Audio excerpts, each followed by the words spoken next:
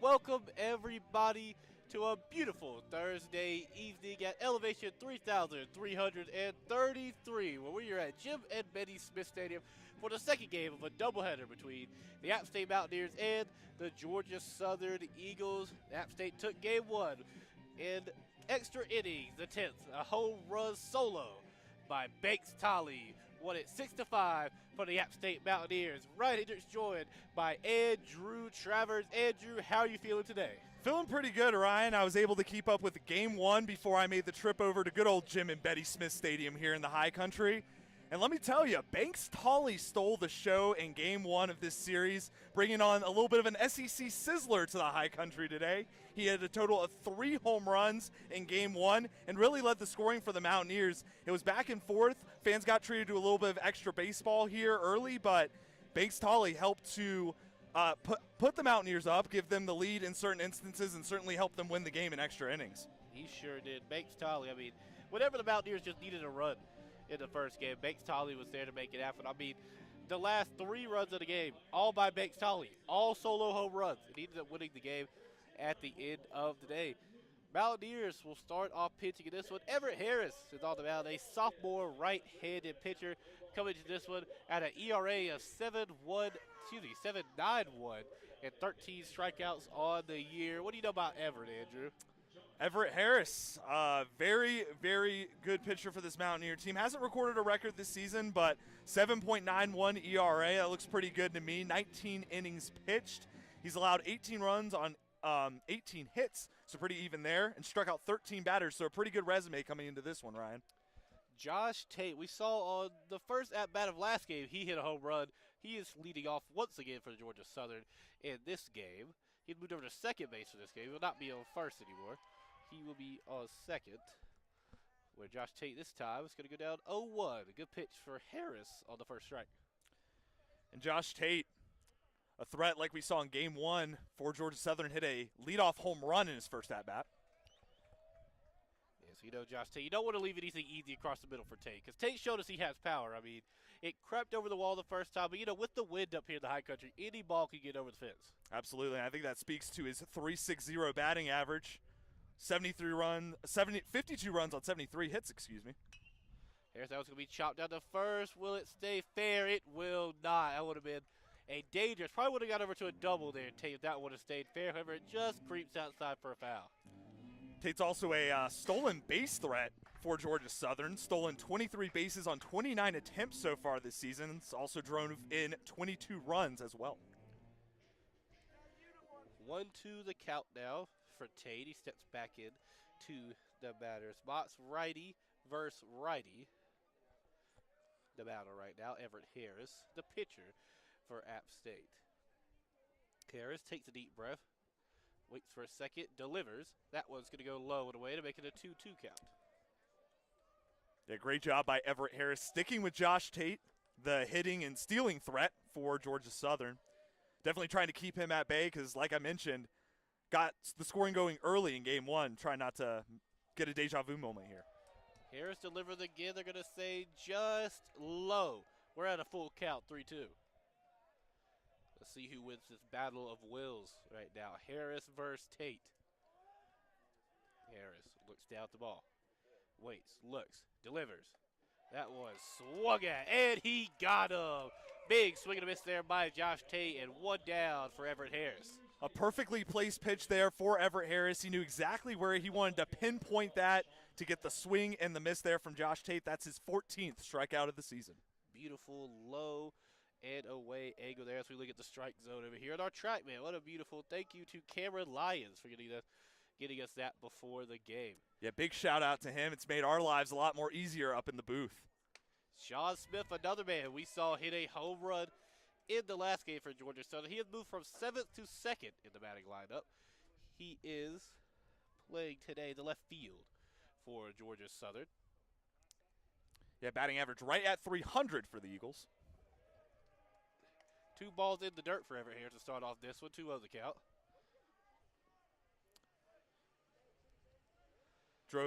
Scored 22 runs on 24 hits so far this season. Also drove in 20 runs as well. We'll see what Smith can do here.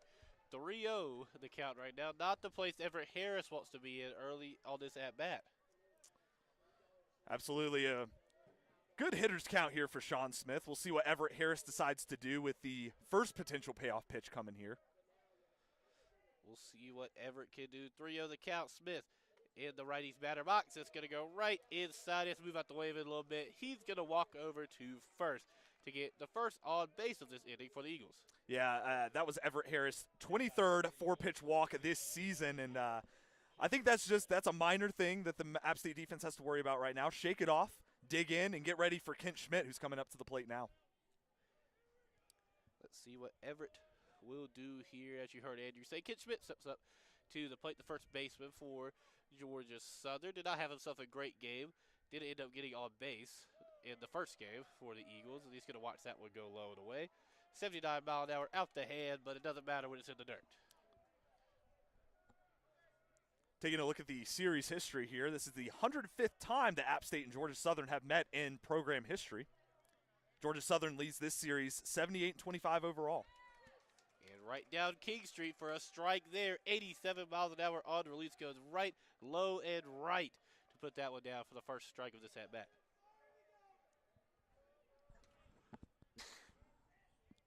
Everett tries to pick off Smith at first. It will not happen. Holderbach not able to get it back to the bag in time. Ryan Hendricks, Andrew Travers joining you here. The second game of a doubleheader between the App State Mountaineers and the Georgia Southern Eagles. One out so far here at the top of the first for Georgia Southern. And then one man on first base. That is Sean Smith over there on first. At the back now is Kent Schmidt. 2-1 the count. Sean Smith, third in stolen bases on this Georgia Southern team right now. He's stolen 4 bases on 5 attempts, so definitely want to be keeping a close eye on him right now. Yeah, that's what Harris did a second ago, delivered it over there. Beautiful one there by Everett Harris. Right now 2-1, 3-1 the count. They said that was a bit too low there for Harris. Looked good to us up here in the booth, but hey, the hope's down there right on top of it. Yeah, say that one is inside. That one is called a strike. We can see right there, right inside the box. Right. Just crept it in. Well, yeah, that's the great thing about the technology we have up here, Ryan. Right in the upper left corner of the strike zone there, but just snuck in there for called strike 2. Beautiful stuff. Full count. Now for Everett Harris. Everett tried to pick off a man over at first. Put some real force by that one. Tried to get Smith sleeping over there at first base. Couldn't get him, though. And still at a standstill right now. When you've only missed on 1 stolen base attempt, Ryan, like Sean Smith, you got to keep a close eye on him. Here comes Everett Harris. Full count. Payoff pitch. Here he comes. That one's going to be swung at. Chopped up. It's going to be a foul over there to the right side. We're going to stay at the full count. Kent Schmidt finding a way to stick with it. So far, been through 185 at-bats this season. This will be his 186th. Again, scored 31 runs on 60 hits so far, along with 34 runs driven in. And only a freshman is Kent Schmidt. I think he has a lot of time down there at Statesboro to still go. That one's going to pop up way deep. Can Boyd get to it? He does. Boyd's able to run under it over in left field. Having to retreat back to first is Sean Smith. 2 down for Everett Harris. Focus and concentration was key out there. Great job there by Boyd in the outfield, keeping his focus out there. It's pretty bright. It's pretty sunny. The sun's streaking right down on that portion of the outfield, so great job by him to get the second out of the inning. You guys, Everett Harris left it right down the center, right over the plate. Just able to run under there with C.J. Boyd. Not enough power under it from Kent Schmidt. Now the plate's going to be Jarrett Brown. Jarrett Brown, big swing and a miss on the first pitch. Everett Harris making it happen right now for the mound. Yeah, couldn't ask for much more of a better start if you are Everett Harris. Just 1 runner on right now at first base. No one in scoring position. He's doing pretty good right now. Yeah, walked Sean over there to first. Not able to go. He's going to be able to steal second. Sean Smith will glance over to second, making a 5 of 6 on the season stealing bases. Andrew, that's what happens. I mean, that was just due to an error between Church and Harris. A little bit of an errant pitch there by Everett Harris. Got away from Braxton Church, the catcher, like you mentioned, but once again, the Mountaineers have to shake it off. Second base is not too bad. Just got to dig in and finish off Jarrett Brown here, or try to at least. Excuse us. Graham Smiley, our catcher in this game. Braxton Church taking the after the first. Let's quickly popped over to third. Quintero throws it to first. Did he get it in time? He did. Out at first. Quintero gets it over to Drew Holderbach, and the Mountaineers get out of the first inning, giving up no runs. And we're going to take a short break, but don't go anywhere. It'll be time for the bottom of the first inning in 60 seconds right here on 90.5 WASU, the app FM's YouTube.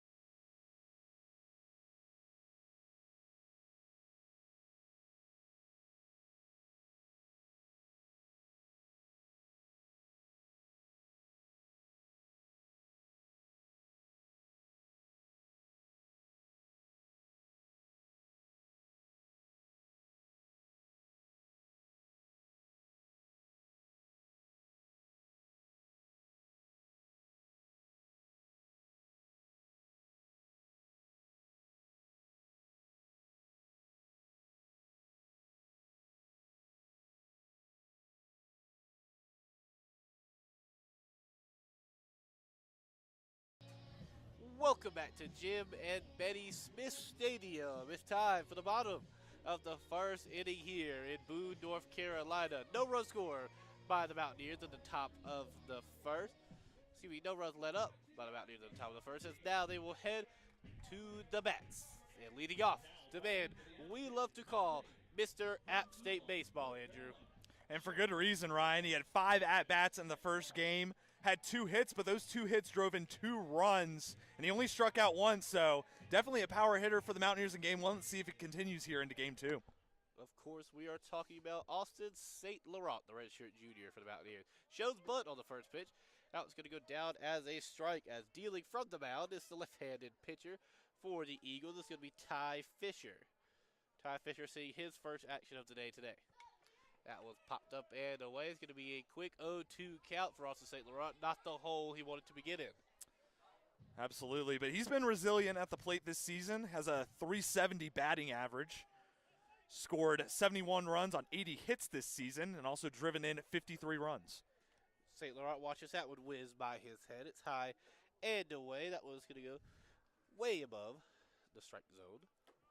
It pops out towards the middle, over the head of the second baseman of the Eagles. He flew that one right over the head of the man out there. And he gets over to first to get a first hit single for Austin St. Laurent. The Mountaineers have a man on base. Absolutely. That was the second baseman in Smith, Ryan, there as it went out to – excuse me, that was the second baseman, Schmidt, and it went out to Blancat out there in the outfield there. So great job getting on base there from Austin St. Laurent. Drew Holderbach steps up to the plate for the Mountaineers. He's a very patient batter. We saw him walk twice in the first game. We'll see if Drew Holderbach puts it away here and watches the first one go right by us, showing what he does. Drew Holderbach there. Now it's going to be chopped right towards the middle. It's going to be chased down by Fisher, tossed over to first, where Kent Schmidt grabs it, and it's going to be a quick out by Drew Holderbach as the man, the legend, we like to call him up here, Banks Tali. What'd you call him, Andrew? The SEC Sizzler? The SEC Sizzler coming from Ole Miss. He comes from a very storied program over there in the SEC, a very powerful baseball conference, and he showed you that in Game 1, 3 home runs, and he's looking to add to that here in the Game 2. He sure did. Banks Tolley. Let's go switch out the bat. And they're going to intentionally walk Banks Tolley. And can you blame him, Andrew? I don't think I can, Ryan. I mean, he had the powerful bats there.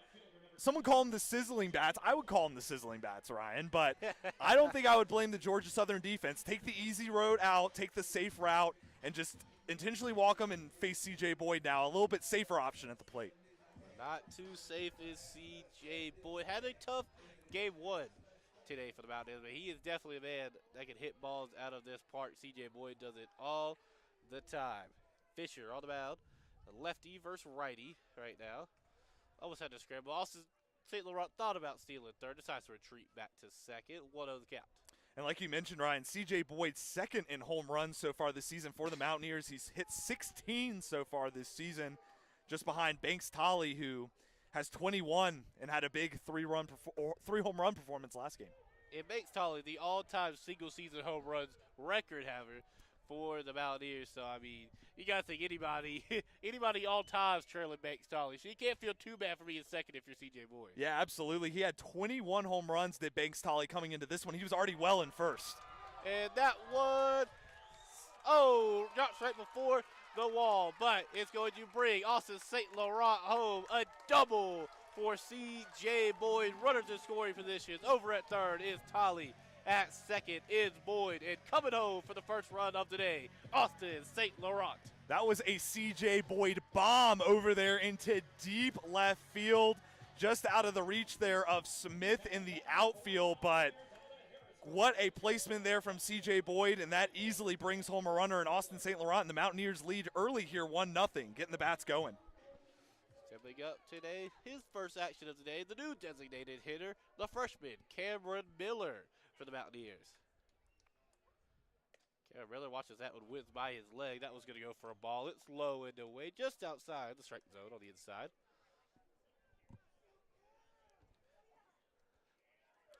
1-0 the count now. Fisher versus Miller. Miller, big swing and a miss there. That one was way outside, but swung at it anyway. It's the freshman and Miller. Cameron Miller had one at-bat in the last game I called last weekend in the series against South Alabama. He had a 3-run home run in that game that really ignited the bats for the Mountaineers in that one. Yeah, it was like a bit of a meeting between Coach Kermit Smith and the freshman Cameron Miller. Glad to see Kermit back out here. I mean, he got tossed out of the first game. That's what I heard, Ryan. It looks like the ump wasn't messing around, told him, I don't care and you're out of here is what I heard. So couldn't imagine what he did, but he's back in this one. Good to see him back. Must have some choice words for the umpire down there with Kermit Smith. Something we definitely can't say on this broadcast. That was in the dirt, though, from Fisher. 2-1 the count for That's Miller. probably for the best, Ryan. Hey, well, I don't think we can let Kermit up here. Kermit, we got Kermit on the broadcast. We might get taken off air. We got 2-1 the count now. We'll toss it back over. I mean, too easy for C.J. Boyd to retreat back to second. Yeah, Cameron Miller comes into this game. Only a freshman in this Mountaineer lineup. Bats .239 so far on the season. 8 runs on 11 hits on 46 at-bats with 15 runs driven in. Miller chops that one down. Yeah, getting over. Oh, it looks like they're going to call that foul, Ryan. It was teetering the foul line there just a bit. Definitely interesting call. I mean, I thought that's why I assumed everybody started slowing down. I mean, I'm sure they wouldn't let Banks Tolley come up that easy. But, yeah, having to retreat back after another foul, making a 2-2 count. I mean, well, almost. That one was a bit of a head-scratcher for me because it did stay, it looked like, to the right of the foul line there. Not sure what the ump saw there, but we'll go back and do it again here. Cameron Miller even count at 2-2. It might be for the best because Banks Tolley might have been thrown out at first there with that easy little dribbler across their field. Either way, 2-2 the count, 1 out so far for the Mountaineers. That was in the dirt. The count is full. We'll see what will happen here in the full count for Cameron Miller, only a freshman, batting .239 all the year. That one hits him in the back of the leg. And he'll walk it over to first. Banks Tolley's got to go back to third. However, the bases are loaded. Yeah, Cameron Miller, that was his first walk, actually, of the season. Like I mentioned, he's only played in 10 games, but easy way to get on base. So All the bags are full now, and that will bring up Adam Quintero, another power hitter in this App State lineup, to the plate. Absolutely right, Andrew. Power hitter Adam Quintero steps up to the bag. You'll see what he can do. That was going to be popped up into the air. No contest. Going to go for a foul. That makes it an 0-1 count. And all you got to think Quintero has to do here is just chop it somewhere on this field. And you're getting one, maybe two runners home. Tolley's on third. Boyd is on second. Miller is at first. Quintero chops that one away to get to the 0-2 hole. Not where you want to be if you're Q. Let's see what happens here. Ty Fisher dealing from the mound, the left-handed pitcher. Not had the best start he's wanted to this ball game if you're a Georgia Southern fan. That one's going to chipped off of the bat, but good to get some contact on it there was Quintero. That might have been a strike. It looked pretty good up here. Yep, and that one was right inside the strike zone, so good to get contact if you're Quintero. Adam Quintero run and a hit recorded in that first game on 4 at-bats, so he did his fair share of work in this Mountaineer offense. He sure did. That was in the dirt for Quintero. And the Mountaineers, they're going to be real patient today. I mean, they're not going to swing at nothing they don't want to be swinging at right now, especially with the bags loaded right at the moment. You have an out to give if you're the Mountaineers. 1-2 the count. Fisher deals. That was swung at by Quintero, but it's fouled away. The count will stay 1-2. And give credit to Ty Fisher, the pitcher for Georgia Southern. He's placed them right where they need to be, and getting Adam Quintero to think about a couple of his swings here, keeping him searching to find the perfect pitch to hit here. And a bit of an off-speed pitch there on the last one from Fisher. That was only 74 miles an hour. This one's going to be chopped down again by Quintero. He's going to keep this count alive at 1-2. Quintero just having to chop at him right now. But as you mentioned, Andrew, Adam Quintero is a guy batting in. He was batting in the 7th hole last game. Now has moved up to 6th. But is a guy that can bring up some juice for the back half of the lineup. Got to turn around. And, I mean, he's not going to throw out Boyd at second. I mean, there's no way you're getting Boyd out. Boyd's got some speed. You can't catch Boyd napping over at second.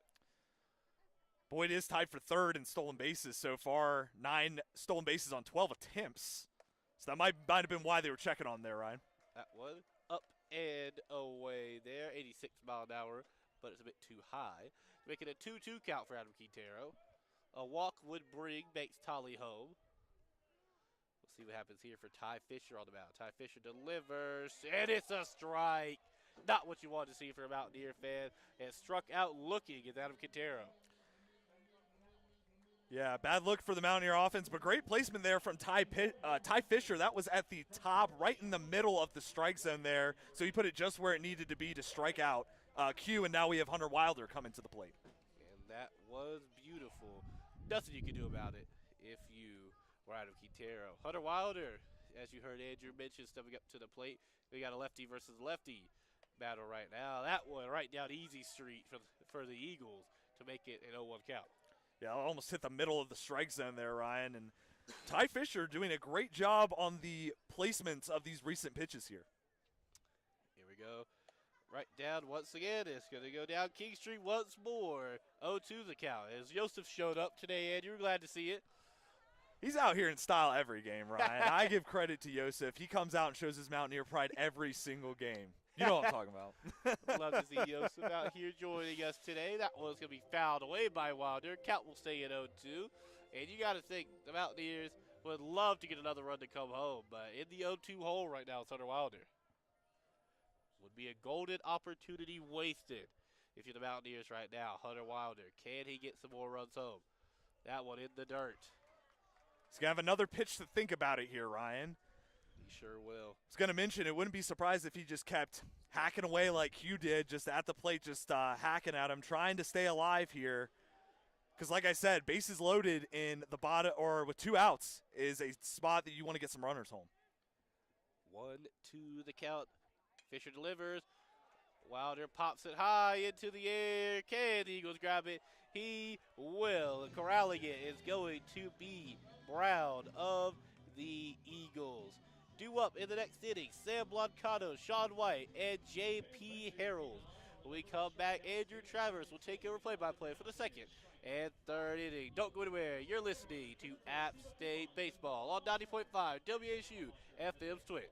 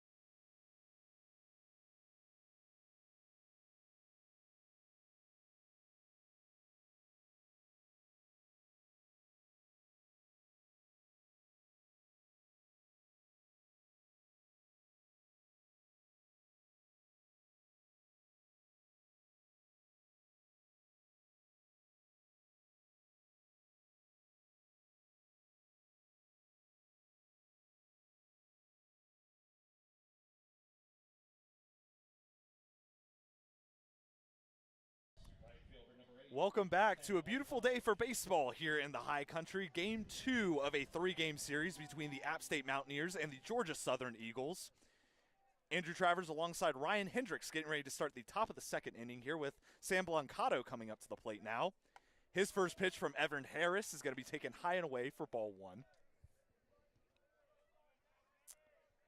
Blancato, a senior on this Georgia Southern team, batting .269 on the season and 193 at-bats, as that one is swung on and tipped off to the shallow right field there.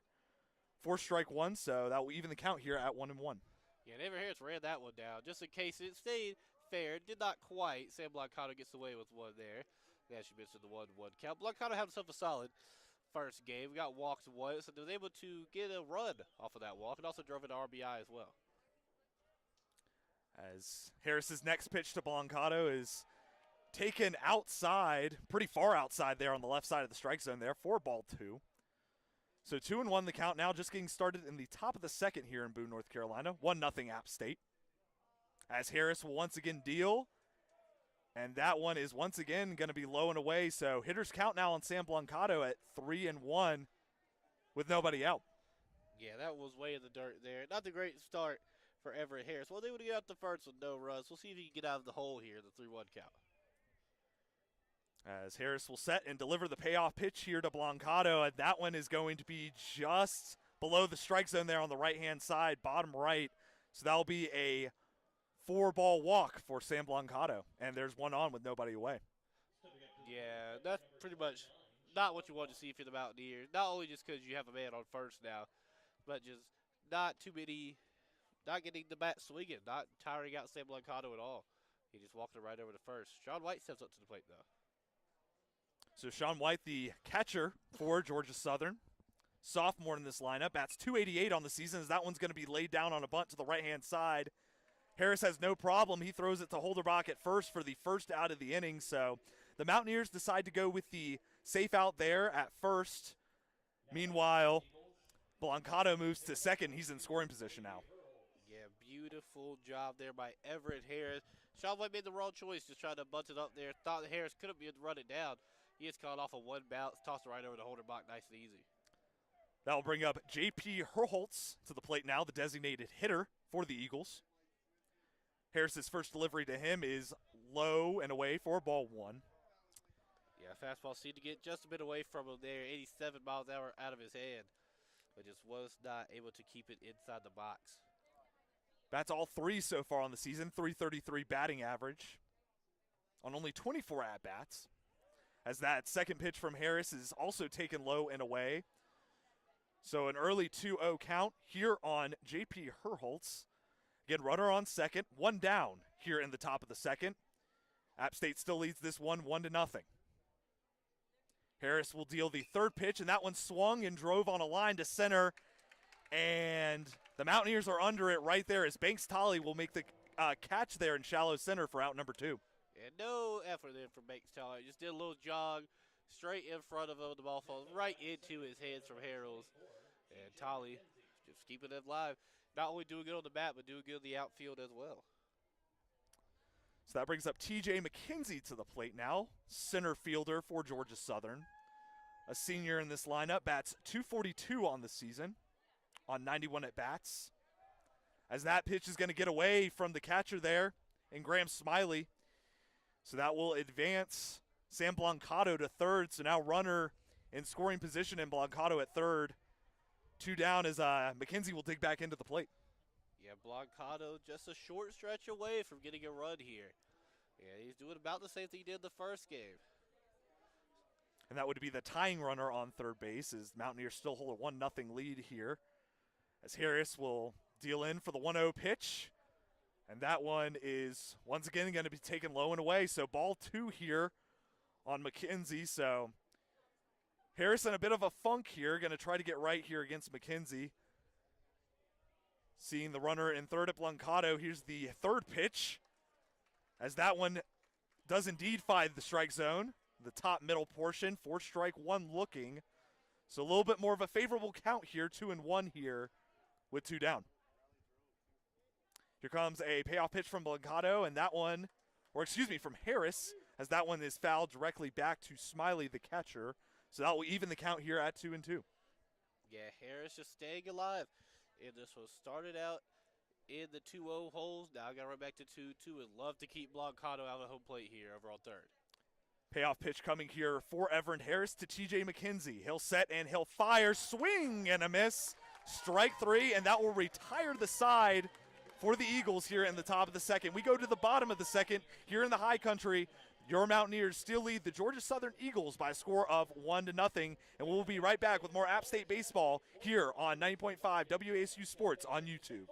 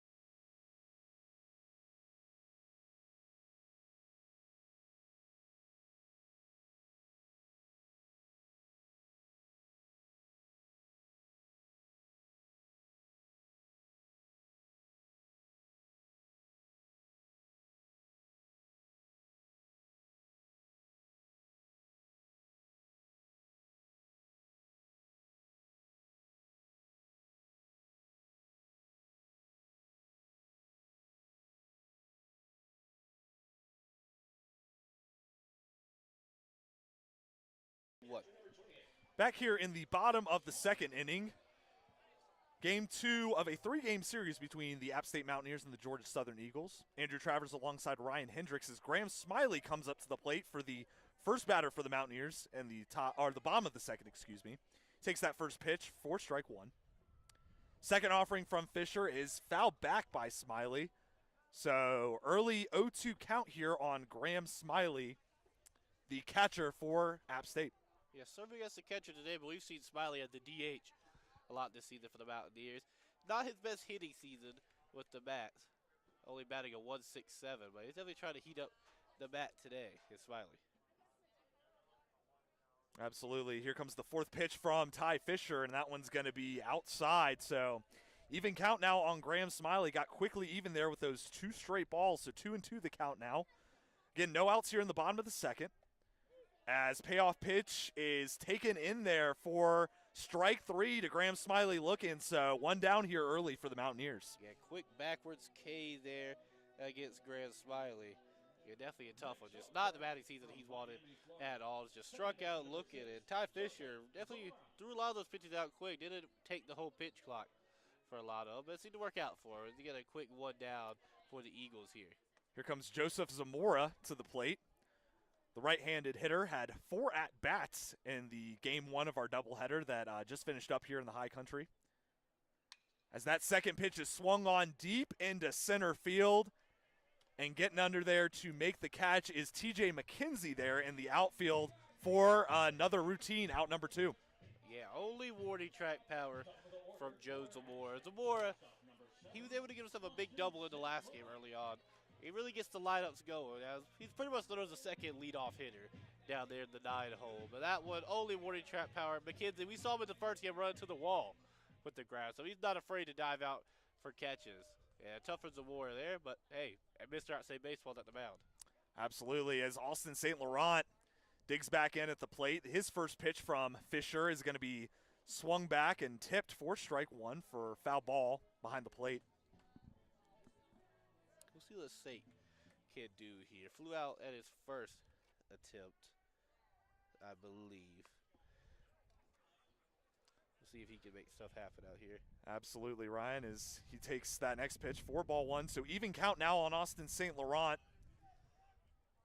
as Ty Fisher will ready and deliver the third pitch of the at-bat here. Here it comes as that one is fouled deep behind home plate there to the parking lot behind us here at Jim and Betty Smith Stadium, and that will be strike 2.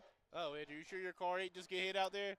Hey, I'm parked at Greenwood, Ryan. That's about a couple miles away from here. I think I'm good. Oh, just making sure. I'd make sure your windshield's okay. Absolutely. I appreciate that as Ty Fisher takes the payoff pitch there. Or, excuse me, St. Laurent takes the payoff pitch there from Ty Fisher to even the count here at 2 balls and 2 strikes. Again, 2 down here in the bottom of the second. Mountaineers still lead this one 1-0. Here comes another payoff pitch from Fisher, and that one will miss slightly below the strike zone there. So full count now on Austin St. Laurent in a do-or-die situation here with 2 down in the bottom of the second. Next payoff pitch is swung on and fouled to the screen over there, just outside of the first base line there. So we'll stay even. Yeah, just had to chop at that one. Excuse me for what I said a second ago. St. Laurent got a single in his first at-bat. We'll see if he can replicate that success this time. Didn't get much going in the first. We shall see, Ryan, as that one is hit into left field, but it looks to be a routine catch out there, and it will be from Sean Smith there for the Eagles, and that will retire the Mountaineers in the bottom of the second. We head to the top of the third here in Boone, North Carolina. App State still leads this one 1-0. We'll be right back with more App State baseball action here on 90.5 WASU on YouTube in just a few moments.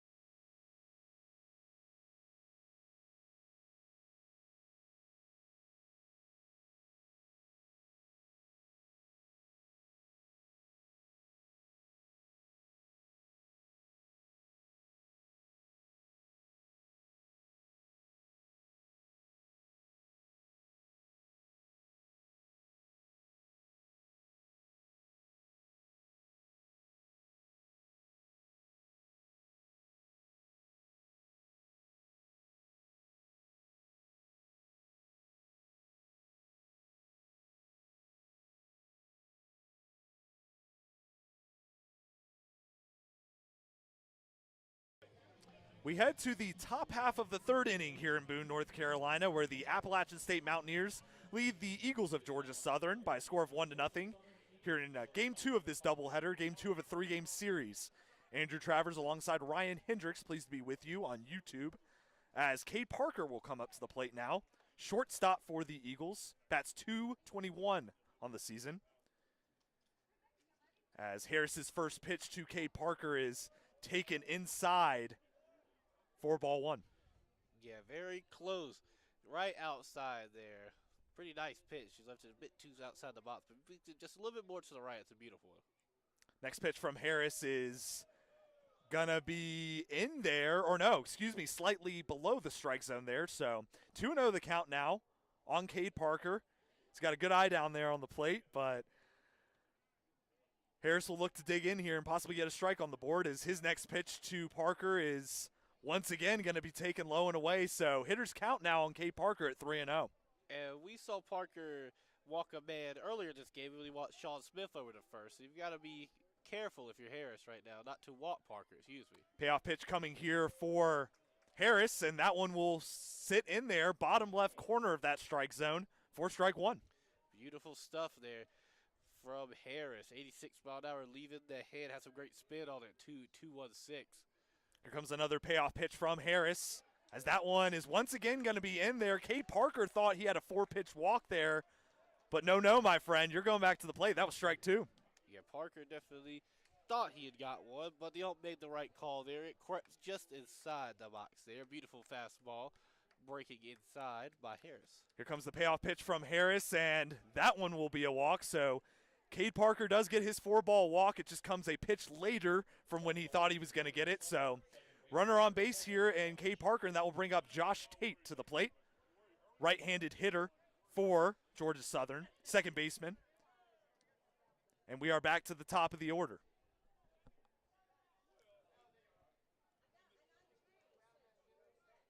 As Harris will once again deliver a first pitch here to Josh Tate, as that will be called inside for ball 1. Yeah, like we mentioned before, game 1, Tate hit a leadoff home run in his first at-bat. As Harris will check the runner at first in Cade Parker. He's not going to go, though. He's got 2 stolen bases on 3 attempts so far this season. So a bit of a stolen base threat for the Eagles. Not as much as some of the other batters in this lineup, as Tate will once again settle in. Here comes the next pitch from Harris. That is swung on and hit sharply down the right line there and left. Cade Parker will round second, now round third. He's coming home, and he'll get into home no problem. And that'll bring in the first run for Georgia Southern, as we are now tied with Josh Tate on second base. Yeah, knotted up at 1. Cade Parker put on the Jets there. Well, all the way from first, second, third, and took it home. But a great ball right down the left side line there from Tate. Struck out in his first plate appearance at that time there to put it right where it needed to be, creeping it past Quintero over there on left at third. Heck of a pair of legs there for Cade Parker, the shortstop. Had enough speed to round second, to round third, and then come all the way home, as now Sean Smith will come up to the plate. The right-handed hitter plays left field for Georgia Southern. First pitch to him is going to hit him squarely in the back. Take your base, says the home plate umpire, Brad Newton. And now that will load first and second here with nobody out. Yeah, really rough spot to be in right now if you're Everett Harris. He might not stay in this game too much longer if he's doing stuff like that, because I believe that is 2 walks in this game already for Sean Smith. Yeah, that is. That's 3 walks total here on Everett Harris in just 39 pitches so far, Ryan. So Everett Harris might have to think about counting his pitches here, as now we'll have a little bit of a mound conference here as Graham Smiley trots up to the pitcher's mound to talk to Harris. Yeah, and unfortunately we can't see the Mountaineer bullpen from our vantage point. The Don and Pat Phillips Indoor Practice Facility, long name by the way, is over there blocking the way. We can see Georgia Southern's bullpen if they have decided to make any changes in this ball game. But right now, I assume Harris is going to at least finish the inning, if nothing else, for the Mountaineers today. It certainly does look that way, Ryan, as we didn't have all the infielders convene there at home plate, the pitcher's mound. So that was a very promising sign if you're Everett Harris. And now we'll see the pitching coach come out, so check that statement, as it looks like we'll have a bit of a bigger conference here as the entire infield comes in, as well as Smiley and the pitching coach for App State. So a little bit of a bigger conference here, Ryan. Yeah, we'll see if anything happens on that one as the sun continues to creep down today. It's been a beautiful day in the high country. I mean, we had a little bit of rain early on. It was misty a bit today. It was definitely beautiful. I saw a few dogs over there in the right field for the first game. I don't know if they're still there. And it looks like there will be a pitching change as trotting out of the bullpen is Tyler Tuthill, the senior.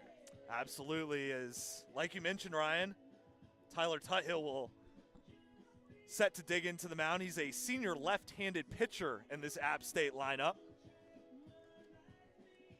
And he'll come in relief of Harris, who gets a standing ovation here from many of the fans here at Jim and Betty Smith Stadium. Finishes his day with around 40 pitches on the day and just over 2 innings pitched for the Mountaineers. Yeah, short day for Everett Harris. Tyler Tuthill will warm up, and we'll be back in 60 seconds right here on 90.5 WASU Sports on YouTube.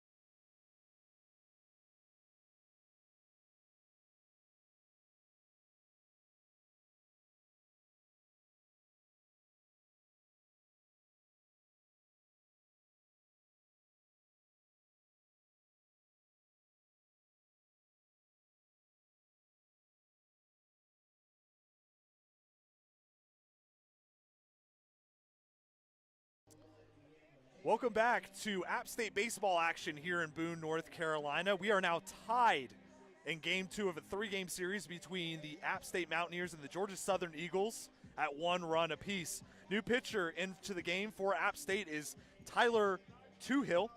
He is a senior left-handed pitcher in this lineup, has a 5.89 ERA this season with a 1-1 record. Over 18 innings pitched, he's allowed 14 runs on 16 hits and struck out 14 batters, so a pretty favorable stat line here for this already stellar App State pitching staff. Is his first batter of the day will be Kent Schmidt as he digs into the plate.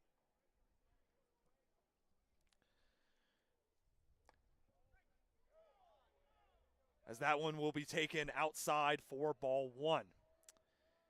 Yeah, outside of the first one for Tut. A guy who's gone through a lot here for the Mountaineers. Glad to see him back on the mound at all this year. And for Kent Schmidt on the mound, the second one goes for a strike. Kent Schmidt flew out the first time he was at the plate, trying to get some more success and trying to get the bats going. What's been a successful inning so far for the Eagles? That he did, Ryan, is Tuthill will set and fire the third pitch of the at-bat. That one is going to be low and away, as Graham Smiley had to adjust a little bit to get that. So 2-1 the count now on Kent Schmidt. Again, nobody out here in the top of the third. First and second covered right now for Georgia Southern. Here comes the fourth pitch of the at-bat from Tuthill as he will square that one into right field. Coming around to score is Josh Tate, and he will get in there easily at home. And all other runners will freeze. So now the Eagles lead 2-1 now with runners on the corners, third and first here with nobody out. Yeah, Smith slows up over at third. Schmidt goes over to first. Taking it home was Tate. And that just went right between Holderbach and Zamora in first and second. Hunter Wilder could not get to it for his right field position, and the Eagles take the lead 2-1. So that will bring up Jarrett Brown once again to the plate here. In his first at-bat back in the first inning, he grounded out to the infield seeing if he can turn that around here, as his first pitch from Tut Hill is going to be taken low and away for ball one. We'll see if Tut can just get a bit more heated up here. I mean, he's the guy that's went through a lot, had really struggled throughout the middle of the season this year. But we'll see if he goes. That was a wild pitch there. That one went way high. And we'll see if Tut can just settle down a little bit today. Mountaineers trying to save some pitchers for tomorrow as well. That's their third game with the Eagles tomorrow afternoon. And that we will see as Tut Hill will check the runner at first base. In Kent Schmidt, and he'll set to deliver the next pitch to Jarrett Brown. That one will be taken in there. Top middle portion of the strike zone for strike one. There we go. That's just the confidence that Tut needs right there. 82 mile an hour is leaving the hand. They got it right where it need to be. Here comes the next pitch from Tut Hills. That one is fouled back to the screen right behind home plate. Scared a bit of fans down there in the middle row of seats, but that will even the count here at 2-2. Yeah, the Mountaineers are desperate for an out right now. Runners on the corners with no outs. Already 2 runs scored this inning. That it is, Ryan, as that one is popped into right field foul territory. Will it have enough to go over the fence? It won't, as the right fielder for the Mountaineers will make the catch there, but not so fast. That will score a run as well. So great catch out there by Hunter Wilder in right field, but it was just enough to bring the runner home from third, and now Georgia Southern leads this one 3-1.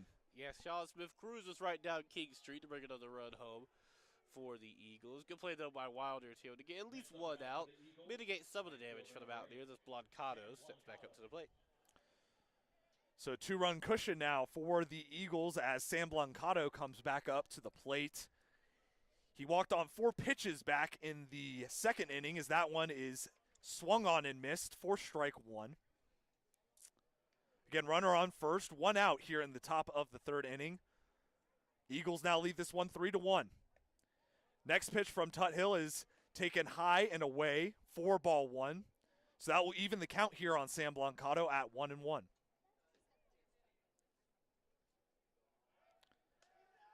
Tut Hill will once again check the runner at first base and Jarrett Brown. Brown, a bit of a stealing threat so far this season. 3 stolen bases on 5 attempts, as that one is fouled back to the screen for strike 2. Yeah, just making sure no stolen bases. We see a lot of tosses over the first inning. None have been successful so far. It wasn't successful for Tut Hill there either. 1-2 count now, though. As that one is high and away, so that will even the count here on Blancato at 2-2. And a potential first payoff pitch coming here for Tut Hill. He'll deliver as that one is popped up into shallow left center. I got it, says Austin St. Laurent, and that he will for a routine out number 2 here. Yeah, you could hear that one, right? Austin St. Laurent roaring out that he has it over there. Just retreats from his shortstop position right over to it. And the Mountaineers, despite giving up 3 runs, have started to mitigate a little bit of the damage right now. We got 2 outs. Give a few runs. Still got Kent Schmidt over at first, but now Sean White will step into the plate. Yeah, absolutely. You got to be vocal out there in short center there, Ryan. Don't need any collisions out there. As you mentioned, Sean White will once again step up to the plate, the right-handed batter, as he is the catcher. As previously mentioned in this Georgia Southern lineup, is that first pitch is going to be taken just outside for ball 1. Sean White, no relation to the snowboarder, Ryan. Unfortunately not. I'm a big X Games fan, you know. Love watching Sean White snowboard. Absolutely. As that one's hit back to the pitcher in Tut Hill, he'll make the throw over to first and Holderbach, and he'll get him just in time to retire the Eagles here in the top of the third. The Eagles scored 2 runs here in the top of the third to increase their cushion to 2 runs. We head to the bottom of the third inning, where App State will have their turn right back here on 90.5 WASU Sports on YouTube.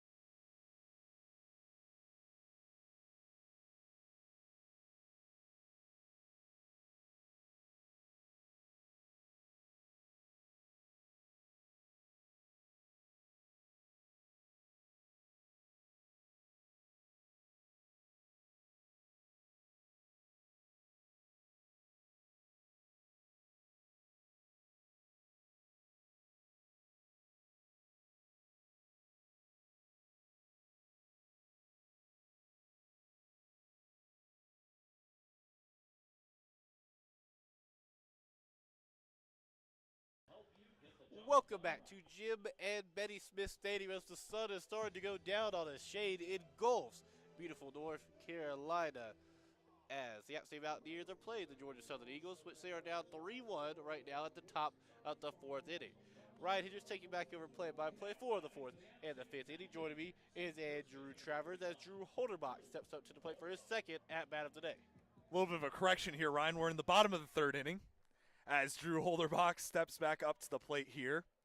He'll take the first pitch from Ty Fisher in there for strike one. Again, 3 runs scored from the Eagles in the top of the third there to make the score 3-1, as App State will now have their turn here in the bottom of the third, as that pitch is going to be fouled off there deep into the woods there for strike 2. So an early 0-2 count here on Drew Holderbach. Yeah, we kept traveling over there. I thought that was almost a home run there, Andrew. I mean, pretty close to it, Ryan. If it would have stayed a little bit more right, it would have been a home run here for Holderbach. Like you wrapped around the pole over there. I mean, it was definitely real close over on the far side. As that third pitch from Fisher is taken high and outside for ball 1. So 1-2 the count now on Drew Holderbach. Payoff pitch coming as that one is taken with a good eye from Holderbach there, low and away. So even count now at 2-2. As next pitch is swung on and hit sharply to the second baseman there, who makes the routine throw over to first for the first out of the inning. That was Brown to Schmidt there for out number 1. Yeah, Schmidt had to reach up high in the sky to get that one, though. Almost a bit of an errant throw by Brown, but he's able to get it down. Holderbach, not the fastest guy on this team, couldn't get over to first in time. It's going to be one out for the Mountaineers.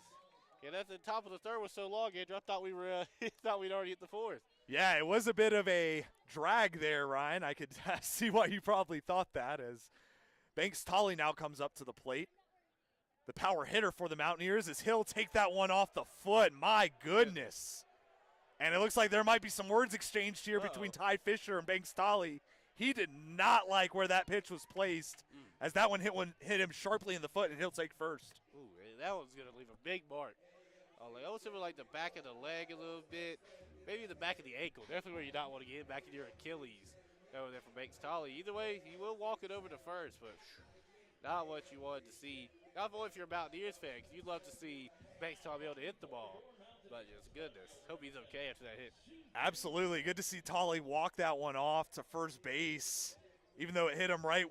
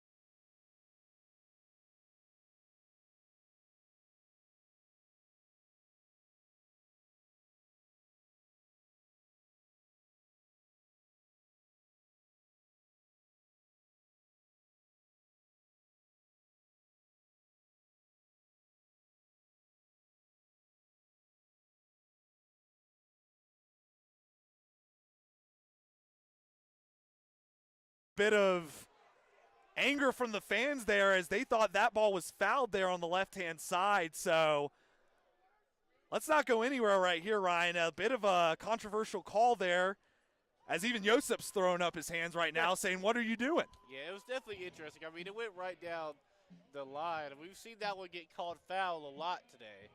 But that time looks like it's going to get called fair. I mean, we'll see if it retires the inning, if he'll get a review or not. We'll have to see. Of course, we don't get to see any replays over here in our position.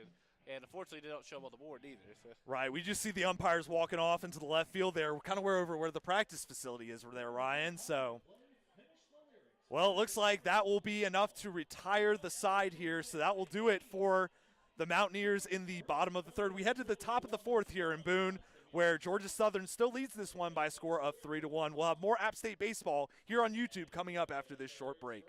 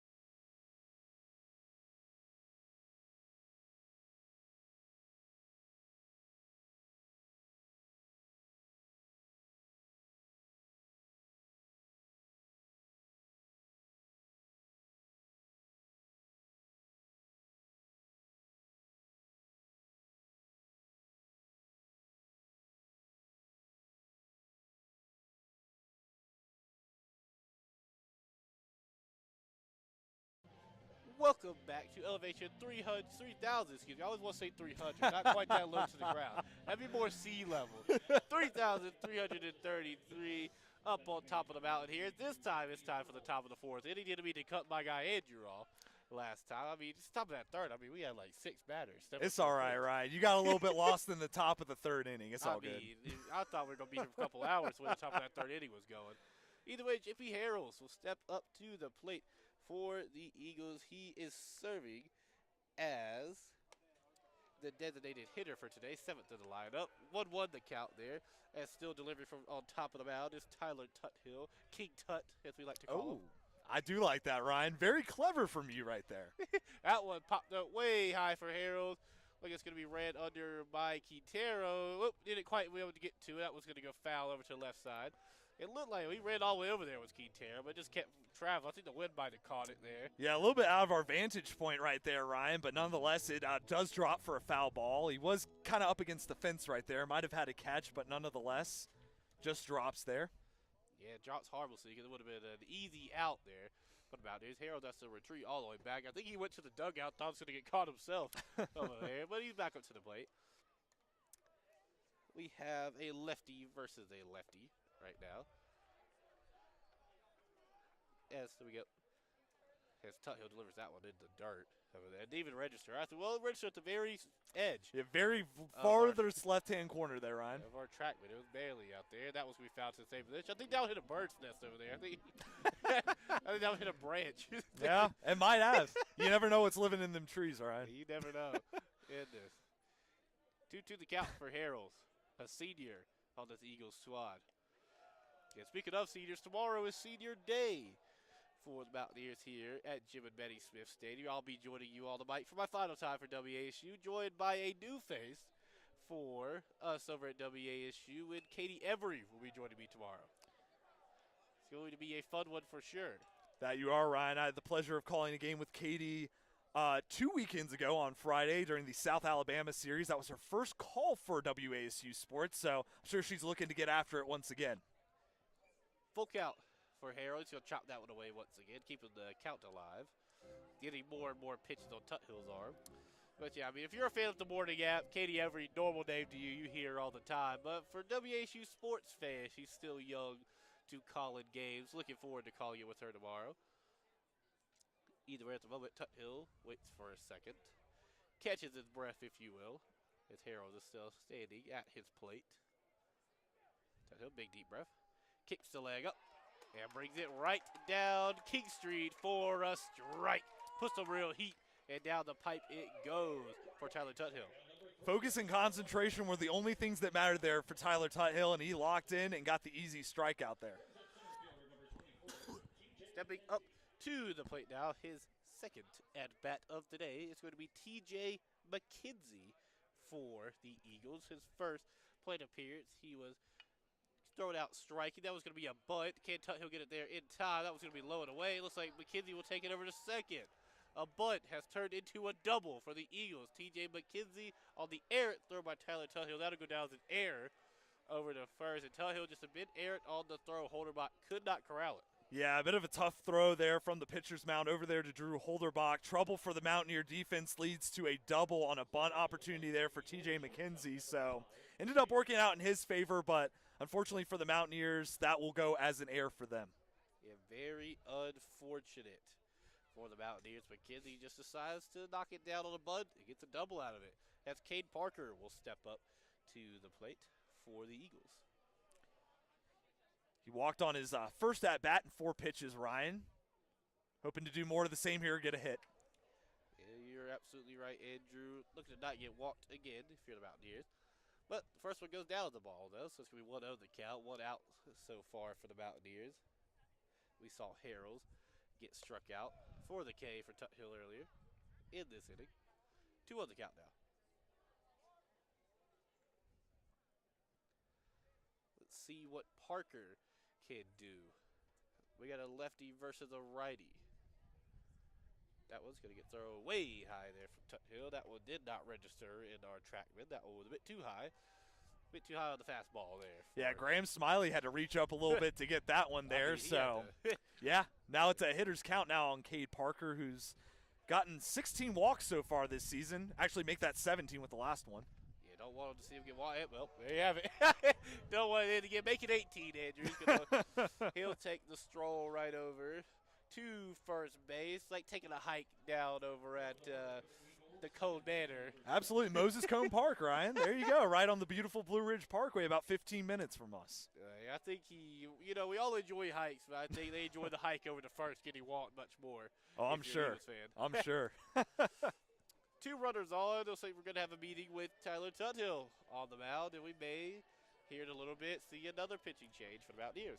Yeah, Tuthill up to 29 pitches now. He's only pitched just over 1 inning now.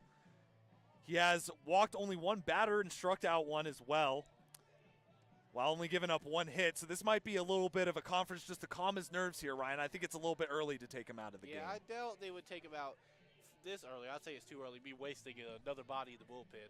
Well, we might be wrong, Andrew. We see a man trotting out in the bullpen now. And that we are, Ryan, as it looks like we will have a new pitcher coming into the game once again for the Mountaineers. It looks like Bradley Wilson. Bradley Wilson has trotted out of the bullpen. And if this is the end of the day for Tyler Tuthill, which it looks like it is, what a short day for King Tut on the mound. Yeah, it looks like it was a bit of relief for the Mountaineers, and that might be what all they wanted to use him for, was a bit of relief just to kind of get out of those innings there. They struggled in the top of the 3rd, so they might have just used him mainly to get out of that inning. But nonetheless, we'll see Bradley Wilson stepping up to the mound now. And as he warms up, we're going to take a quick break. But don't go anywhere. In 60 seconds, it's time for more action here at the top of the 4th. And you're listening to App State Baseball on WASU Sports on YouTube.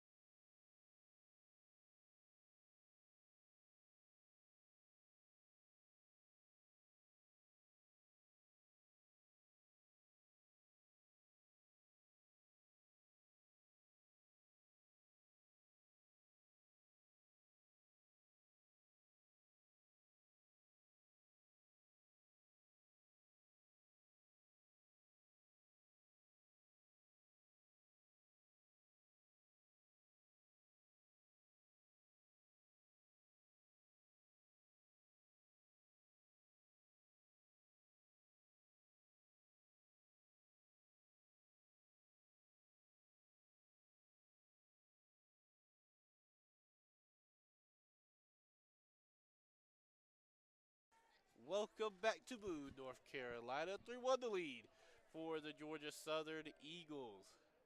As new pitcher Bradley Wilson is on the mound for the Mountaineers. 1 out, 2 runners on base for the Eagles, and Josh Tate is up at the plate. Bradley Wilson comes into this opportunity here in Game 2 with an 8.78 ERA. He's pitched 55 innings so far this season, given up 56 runs on 62 hits. He's also struck out 46 batters on the season. We'll see what Wilson can do here. Tate had a double with an RBI the last time he was at the plate. Got struck out the first time, but that's been a while ago at this point. As 1-1 is the count for Wilson versus Tate. Wilson, a right-handed pitcher, facing a righty. And Tate, it's going to be chopped up high in the air. We'll see if it stays in play. It will not. That one depends on a souvenir for one of those kids over there on the hill. Might I say a feeding frenzy of young ones there. A lot of them looks to be in baseball jerseys, so a souvenir for at least one of them. Hopefully they won't have too big of a fight over there on the right field side. Yeah, they're going to share it. They're going to have to. I'm sure their mom or their dad's going to have to tell them the hard way. 1-2 the count now. Tate versus Wilson. Wilson delivers. Now it's going to get chopped right between first and second. Runner's going to throw on the brakes at third, but the bases are loaded for the Eagles with only 1 out here in the top of the 4th. Absolutely, as that puts now TJ McKenzie in scoring position. And then we also have Cade Parker on second, and then obviously Josh Tate on first. So bases loaded here with 1 out. Trouble for the Mountaineer defense. Let's see how they handle it here with Sean Smith coming up. And as Sean Smith steps up, he was walked earlier in this ball game. They got hit by a pitch the last time he was at the plate. So we'll see if he can get out of harm's way this time at least. But big position to be in. We saw him hit a home run in the first game today. Now with the bases loaded, definitely don't want to see that again. Did not check his swing in time, so that will go down as a strike for Smith. 0-1 the count. Wilson delivers. That one a bit low in the way. It's going to go down to the ball. See a bit of a scoreboard error there for a second. The count is 1-1. Wilson will deliver that one low again. Could not get it up. Has some real heat behind it, 82 miles an hour, but could not get it up into the box. Sean Smith has walked in both of his plate appearances today. 4-pitch walk and then hit by a pitch. Yeah, that was a real heater there on that one. It was not able to hit the box. It was just outside. Would have been a 50-50 call by the ump. That one left his hand at 95 miles an hour for Bradley Wilson. He's going to go walk again, so 3 walks, and the runner's going to walk on home. As there goes TJ McKenzie. He will go ahead and get a run in this ball game, and the Eagles lead 4-1. Still only 1 out here in the top of the 4th. Yeah, some unfortunate circumstances that Bradley Wilson has faced coming in relief of Tuthill here. Once again, the bases are still loaded here, 1 out. So again, trouble for the Mountaineers with Kent Schmidt coming up to the plate. Kent Schmidt, as you heard Andrew say, steps back up to the plate. He got hit by a pitch earlier in this game. Oh, excuse me, that was for Smith. However, Schmidt did have himself some solid plate appearances earlier. He was struck out on the first attempt with a fly out. However, the second one did get himself a single, which led to an RBI. So Kent Schmidt doing himself a pretty solid today. His first game was very quiet. I mean, he didn't do much at all. I believe he popped out about 5 times, as that one's going to go low and away. But he did chop at it, I believe the upset. So it's going to go down 1-2 now. And Bradley Wilson just has to start getting out soon, or this game could get ugly quick, Andrew. Absolutely. And looking where both of these teams sit in the Sun Belt, App State currently sits 4th place, while Georgia Southern sits at 6th. Looking for the double play on the Mountaineers. Schmidt a bit too fast and able to be safe over at first. However, the man was thrown out at second. That was Sean Smith, not able to get over to second base. Could have turned the double play, though, was Zamora. Zamora tried to turn the double play with the holder block. However, 2 outs now for the Mountaineers as Jarrett Brown steps back up to the plate, his 3rd plate appearance today. And that 1 out, not quite a double play there, did score Cade Parker from 3rd base here, Ryan. So now Georgia Southern leads 5-1. Yeah, definitely a tough one there. 5-1 the lead. And, I mean, that's all you can ask for out of your man. He might not be able to turn the double play, but did get a runner to come home to increase your lead. So now the Mountaineers just tried to mitigate the damage. I mean, you didn't want to give up 2 runs in this inning, but you didn't want to give up 3 runs last inning. So you're just trying to do anything you can to keep yourself in this game if you're the Mountaineers, Bradley Wilson. That one's going to go into the dirt, though, for the first ball. Make the count 1-0.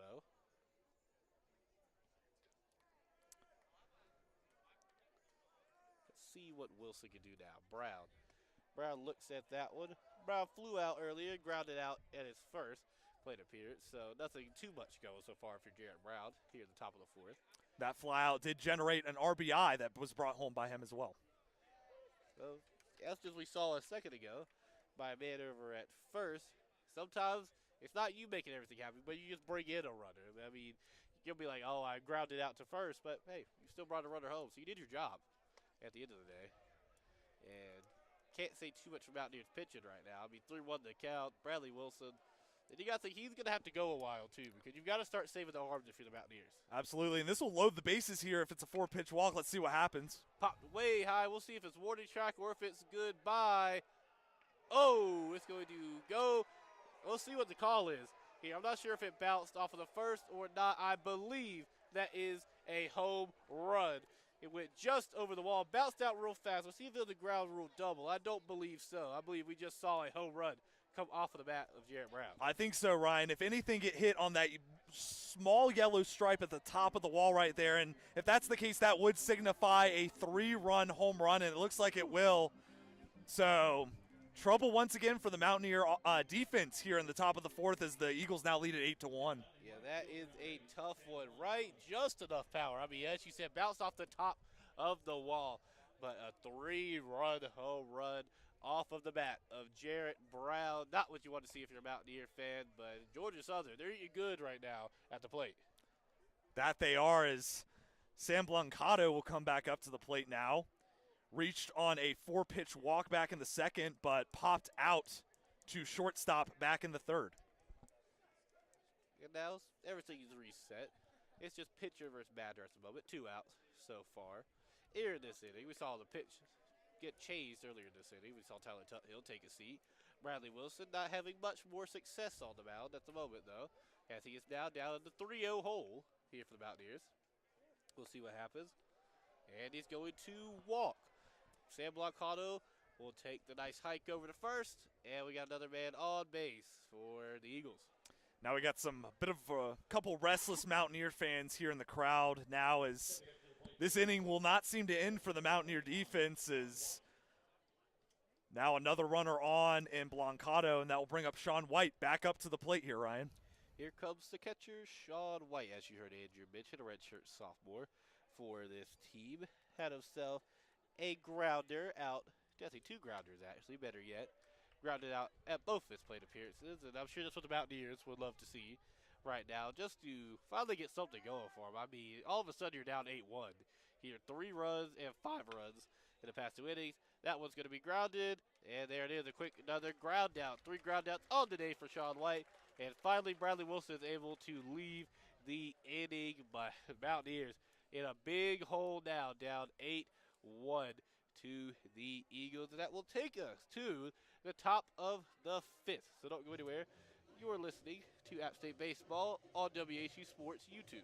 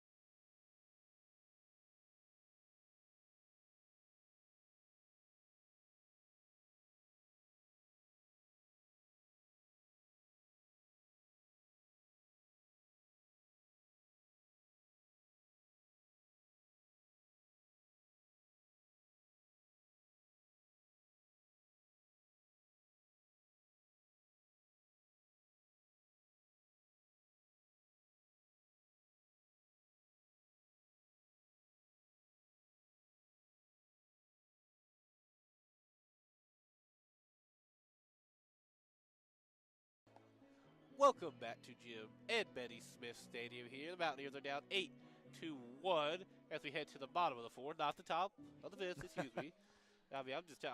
When you just play for so long, if you're Georgia Southern, I just think we've been through a whole inning. Like, my mental clock is like, we went through an inning. Ryan, I'm willing to cut you some slack, man. This is the second game you've called today. I'm sure your brain's a bit fried. It's okay. It's getting late out here in the high country. It's not getting to my bedtime. Like, I'm old now. We're graduating. I'm old now. Still dealing on the mound is Fisher, as hit by a pitch, though, is Hunter Wilder. So I guess the Mountaineers will take getting on base any way they can. So that would it might have hurt, though. Luckily he had the pads on. It hit him right in the elbow. I believe that's the third batter that Ty Fisher has hit today, Ryan, and I'm not sure how much longer he could go just hitting batters like that. But that works in the Mountaineers' favor as they once again have a runner on first here early in the bottom of the fourth. Yeah, definitely have to start getting some runs soon if you're the Mountaineers down 8-1. We've seen pitchers warming up in the bullpen for a while for Georgia Southern, so I can't imagine that Ty Fisher will be in this game for too much longer for the Eagles. However, right now he is staying on the mound. He's going to toss that one right over to first, but Hunter Wilder's able to go get on top of the bag. Nothing, still the count. We'll see if Graham Smiley can get anything happening for the Mountaineers. Smiley was thrown out in the first. That one's going to go into the foul. The shrubbery over there in right field. He ran. Behind our guy on the right field camera there. Yeah, watch out. Don't want to hit the athletics guy. You don't want to hit that camera either. You know how much that camera costs? Goodness. That's an expensive piece of merchandise. Oh, yeah. But Graham Smiley struck out in his first at bat. I believe it was looking, if I'm not mistaken. We'll see what we can do at this attempt. 0-1 the count. That one chopped up high from Smiley. We'll see. Coming down from right is an Eagle. That is Blancado. And I believe Blancado was able to run under it, which he was for the first out of the inning off of Graham Smiley. Yeah, nice routine play there out in right field from Blancado out there. Sun's right directly in his face right now out in that portion of the outfield, but great concentration and composure to get the first out of the inning if you're Georgia Southern. Yeah, most of the field is shaded at this point. I mean, all the fans are shaded, but just right out there, only the outfielders really have to worry about it. At the third baseman. Small pocket of sun out there, Ryan. Yeah, just a little bit. I mean, all the clouds went away at least. Can't see no chances of rain anymore. As Fisher tosses it over to first and try to get Wilder. Won't happen. As Joseph Zamora is back up at the plate for his second attempt today. Flew out in the second inning in his first at-bat appearance. The junior Zamora has 3 home runs on the year. Would love to add another to his name. Ooh, had to move out the way of that one. I mean, Fisher is just, they keep creeping inside on him. Just get closer and closer to hitting the batter almost every time. I'm not sure if that's a placement thing or if the pitches are just getting away from him. But, yeah, like you mentioned, Ryan, he's already hit 3 batters today, and it looks like he almost got a 4th right there in Joseph Zamora. Yeah, we'll see what Zamora can do now. That one's going to go right down Easy Street for a strike, then making a 1-1 count. 1-1 with 1 out right now. That out being Graham Smiley a second ago. Had a routine fly out over to right field. Let's see what Zamora will be able to do. Zamora wiggles the bat in the air. Once again, they're going to try to throw out Wilder at first. That won't happen. I mean, it's not going to happen. They keep trying it. Maybe one day. Maybe one day they'll catch a man napping at first, but these Mountaineers are too smart to get thrown out at first. Well, to their point there, Wilder does lead the team in stolen bases, 12 stolen bases on 13 attempts, so they kind of have a right to do that. He is a bit of a threat out over there at first. Chopped down, popped up high. Third base is able to take around it, get it over to Schmidt. Great play over on third base by Jarrett Brown, able to catch it off a 1 hop there from Zamora, and quickly, that was going to go down as a foul, excuse me. It went through the whole play. Yeah, it looks like one of those balls we had earlier that kind of teetered the line out there. We had one that teetered the line over there in the left side of foul territory just a bit. So Joseph Zamora will dig in and do it again. And Zamora will take that. Definitely would have been a routine ground out for him out there. But now 1-2 the count. It's going to chop that one in. That's why you get another chance at it. He puts it right between first and second. Going over to third is Wilder. It's going to go down as a single for Zamora. That ball was hit sharply there. Not sure what the second baseman there for Georgia Southern and Parker was trying to do there. It looks like he just let that one roll right up the middle. Excuse me, that was Tate out there over at second base, but that will advance Hunter Wilder over to third. Looks like he was coming in with a big head of steam to third base. Not sure if he was going to round home, but he made the wise decision just to hold off at third, and that will bring up St. Laurent once again. Number 7, Austin St. Laurent steps back up to the plate. His third at-bat of the day. Has himself a single to his name. Flew out his last at-bat, though. See if he can change the fortunes here. He's going to chop that one down. He's going to go over to third. And he's going to lose it. Can Wilder get home? It's an errant throw. Wilder scores. Moving over to third will be Zamora. It's going to go down as a double off of an error by Austin St. Laurent. And the words of Jeff Marson, holy mother meatballs, that was a crazy play over there at first. Thought for sure they were going to get Hunter Wilder out at home plate. That almost looked like a surefire throw from third to home, but just got away from the catcher there at home plate in White. And the Mountaineers make it a little bit more respectable, cutting the lead now for the Eagles to 8-2. Yeah, Sean White not able to get a hand on. Over there on third is Jaron Brown. Just seemed to slip out of his hand a little bit. I mean, they were a bit confused for a second, and Hunter Wilder takes advantage. And he gets the Mountaineers starting to claw back into this one. Still down 8-2 at the moment, but you got 2 runners in scoring position in Zamora and St. Laurent, and now Drew Holderbach steps up to the plate. Holderbach, not known as a power hitter for the Mountaineers, despite having 8 home runs on the year. In the 2 hole for the Mountaineers. Chops that one down. That's going to go high in the air. It's going to go to the shortstop. Shortstop will catch it off the bounce. And it's going to be missed over on the far side. And another runner will come home. Joseph Zamora will score. More confusion over on the third base between the shortstop and third. Holderbach makes it to first. Laurent advances to third, and we have runners on the corners. Well, on that last instance just a few minutes ago, it was Tate, the second baseman. That time it was Parker, the shortstop. Looked like he was going to try to make the throw over to first, and he did not. Hesitated just a bit. Then he tried to get the runner at third, but couldn't get him, and everybody's safe. And it was just another crazy set of circumstances. Yeah, could not get St. Laurent out at third. Yeah, I really thought he was about to release it over to first. Might have beat Holderbach over there. Holderbach not the quickest runner, but either way, if you hesitate, that's what happens to you. Zamora scores 8-3. The count. Here comes Banks Tolley. Chopped up high. Not enough power on that one, though. Routine catch from Blancado in third. But advancing home will be Austin St. Laurent, so the Mountaineers will take it. It's going to be a routine fly out, but with only 1 out, they're able to get away with another run. And just like that, the Mountaineers cut the Eagles' lead to 4 as Austin St. Laurent had enough to get home there. That ball was popped deep into right field for Blancado out there in right field. And, yeah, the fast running there from Austin St. Laurent makes this a 4-run game. Yeah, St. Laurent's got some real speed behind those legs. And despite not the home run we're accustomed to by Banks Tolley, still does his job there. Even with the fly out, gets an RBI home. C.J. Boyd will send that one back to the parking lot. 0-1 the count now for C.J. Boyd. 2 outs. What has been a very long 4th inning for both these teams. Absolutely. Eagles scoring 5 runs in the top of the 4th, and now the Mountaineers have 3 in the bottom of the 4th. So these pitchers are getting tired. I mean, I got to say, I'm surprised that Ty Fisher has not been pulled from this game yet, considering the Eagles have been warming up arms for the past inning. Yeah, it looks like they have at least 1 pitcher going in their bullpen right now, and like you said, with Fisher hitting 3 batters, you thought that would be the end of the line for him, but not quite. Yeah, very interesting there. As trying to steal second is Holderbach, and he will. Bit of an errant throw from White over to second, and Holderbach steals the base. Yeah, another tough play there for Tate over there at second. He's been on the wrong end of 2 plays now, but that was just a really tough throw to make. And like we mentioned, Fisher's still in the game. He's at 67 pitches right now on his pitch count, so getting up there. So we might see a pitching change here relatively soon for Georgia Southern. Now let's see what Boyd could do. Well, if that one will go down the swing, they will say he swung at it, so that's going to be the end of the inning there. But 3 runs for the Mountaineers, and they now only trail 8-4 here in the high country. Don't go anywhere. 60-second break. Then we'll be back with more App State baseball action here on WASU Sports on YouTube.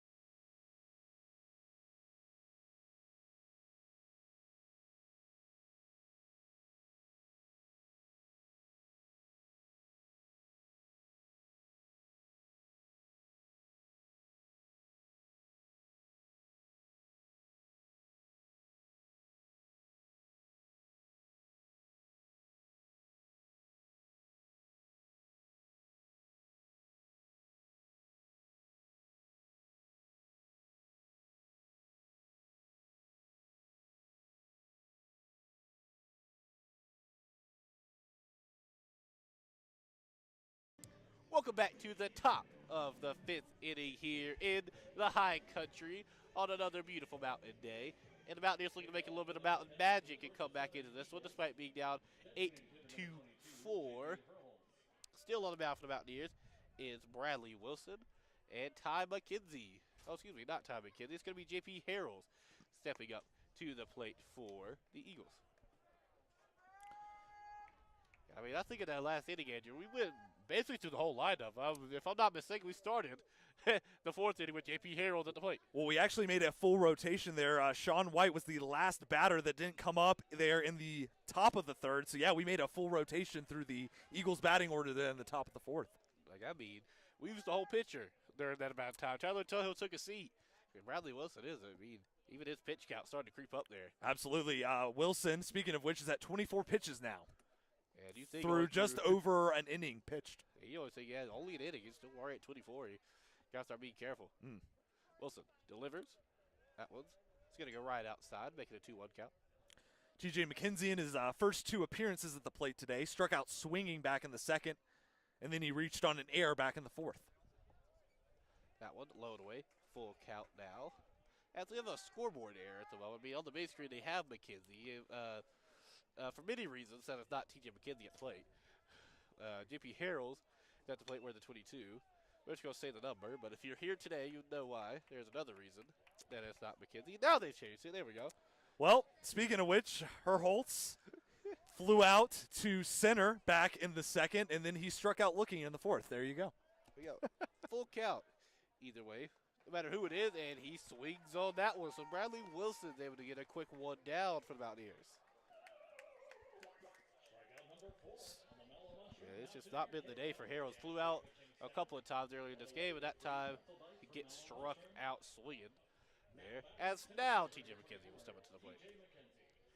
Well, a little overzealous from the scoreboard people today. I figured it was coming eventually, Ryan. Yeah. Yeah, I hope he hasn't gone to sleep yet. I mean, might have got a concussion, though. If you were watching our first game, I mean, he smacked the wall over at 400 feet, going for a diving catch. That one goes down the strike. Though Bradley Wilson seems to finally be heating up his arm a little bit. He's throwing in the 90s consistently now. And that one just creeps right inside the box. Oh, actually might have been a bit outside, but the umpire gives it to us there. That one's going to go down with another strike. That one also might have been a bit outside, but, being kind right now. Might be a bit wider there for Wilson at the moment. Absolutely. Brad Newton there at the plate. Definitely trying to help out Bradley Wilson just a bit. He knows it's been a little rough for him. And a big swing and a miss there from McKenzie. So a quick 2 down for the Mountaineers, who seem to have seized the momentum back for the Eagles. Absolutely. That's 2 quick strikeouts here for Bradley Wilson, who didn't have any there in the top of the 4th. And currently he's keeping these batters in check. He's only allowed 3 runs on 2 hits and only walked 2 batters in just over an inning pitch now. We'll see what happens here. It's Cade Parker will step up to the plate. He has walked over the first 2 times he's been out to play. Let's hope that's not 3 if you're a Mountaineers fan. However, the first one goes down the ball. We'll see what Parker can do.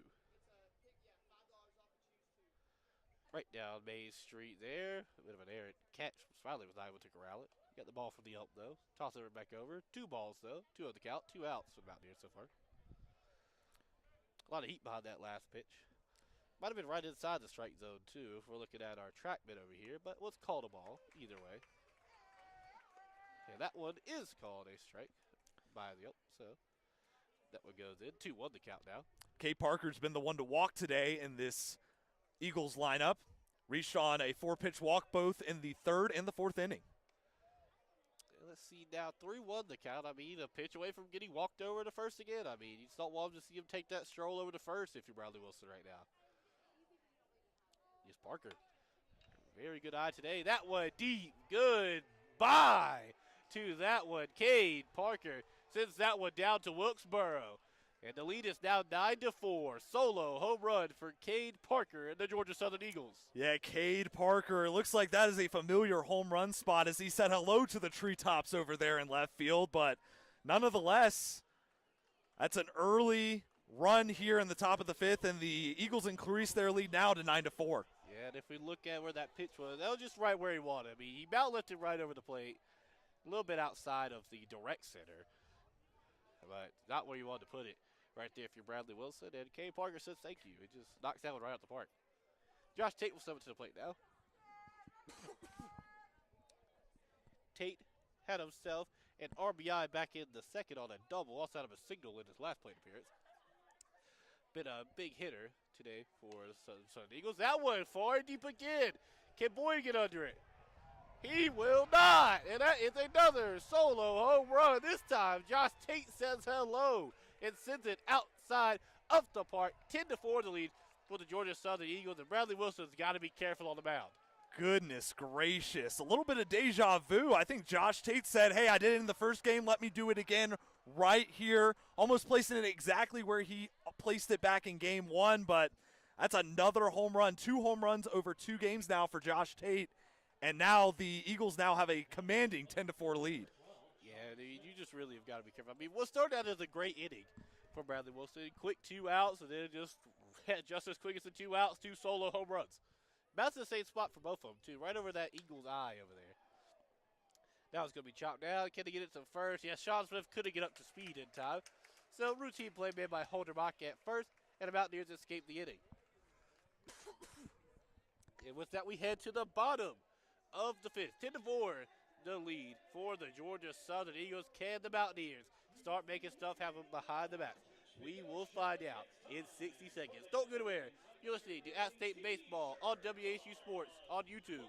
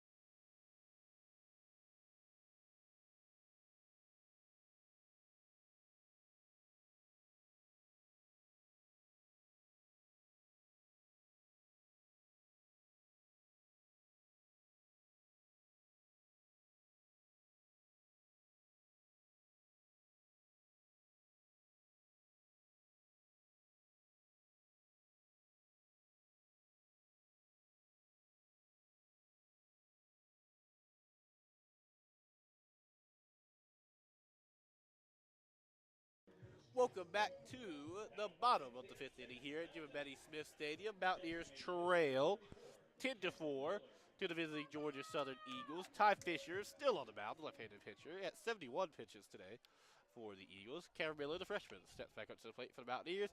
Chops one down, routine play from second, over to first. Schmidt catches it at first, and a quick one down for the Mountaineers. Yeah, and you might be wondering how we got to this point here in the bottom of the 5th. Mountaineers are now down 10-4. Well, it's been a hard-hitting home run show over the course of the past 2 innings for Georgia Southern. You had Jarrett Brown hitting a 3-run shot back in the 4th. And then just last inning in the top half of the 5th, actually, Cade Parker hit a solo shot, as well as Josh Tate also adding to that with another solo shot of his own.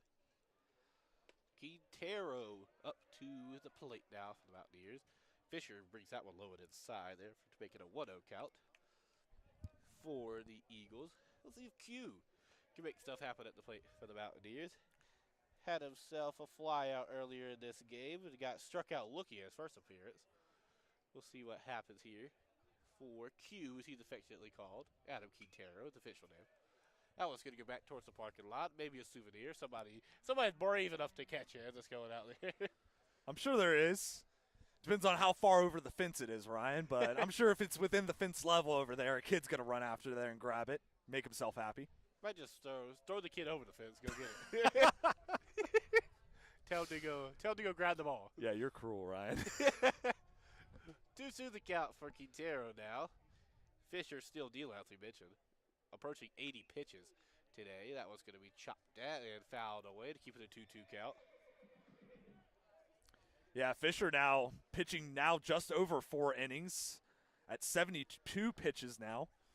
Giving up 4 runs on 5 hits so far. Struck out 3 batters, though, and only allowed 1 walk. Chopped out by Quintero. Can he get to first?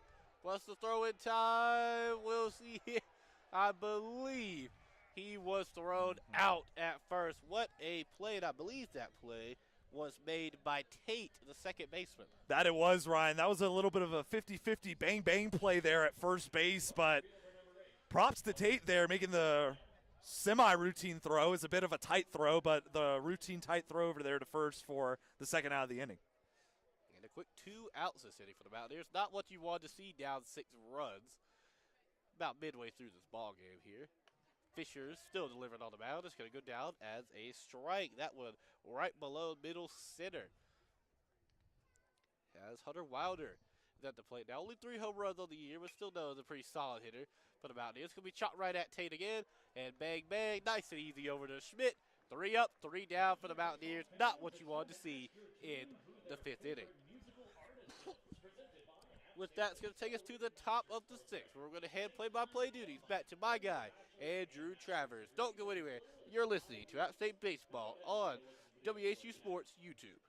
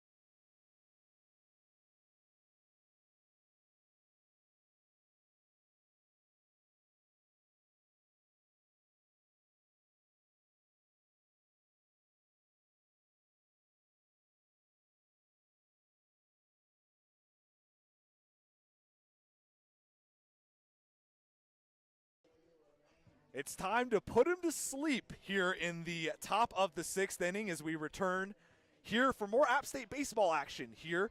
Andrew Travers alongside Ryan Hendricks. Game 2 of a 3-game series between the Mountaineers of Appalachian State and the Eagles of Georgia Southern.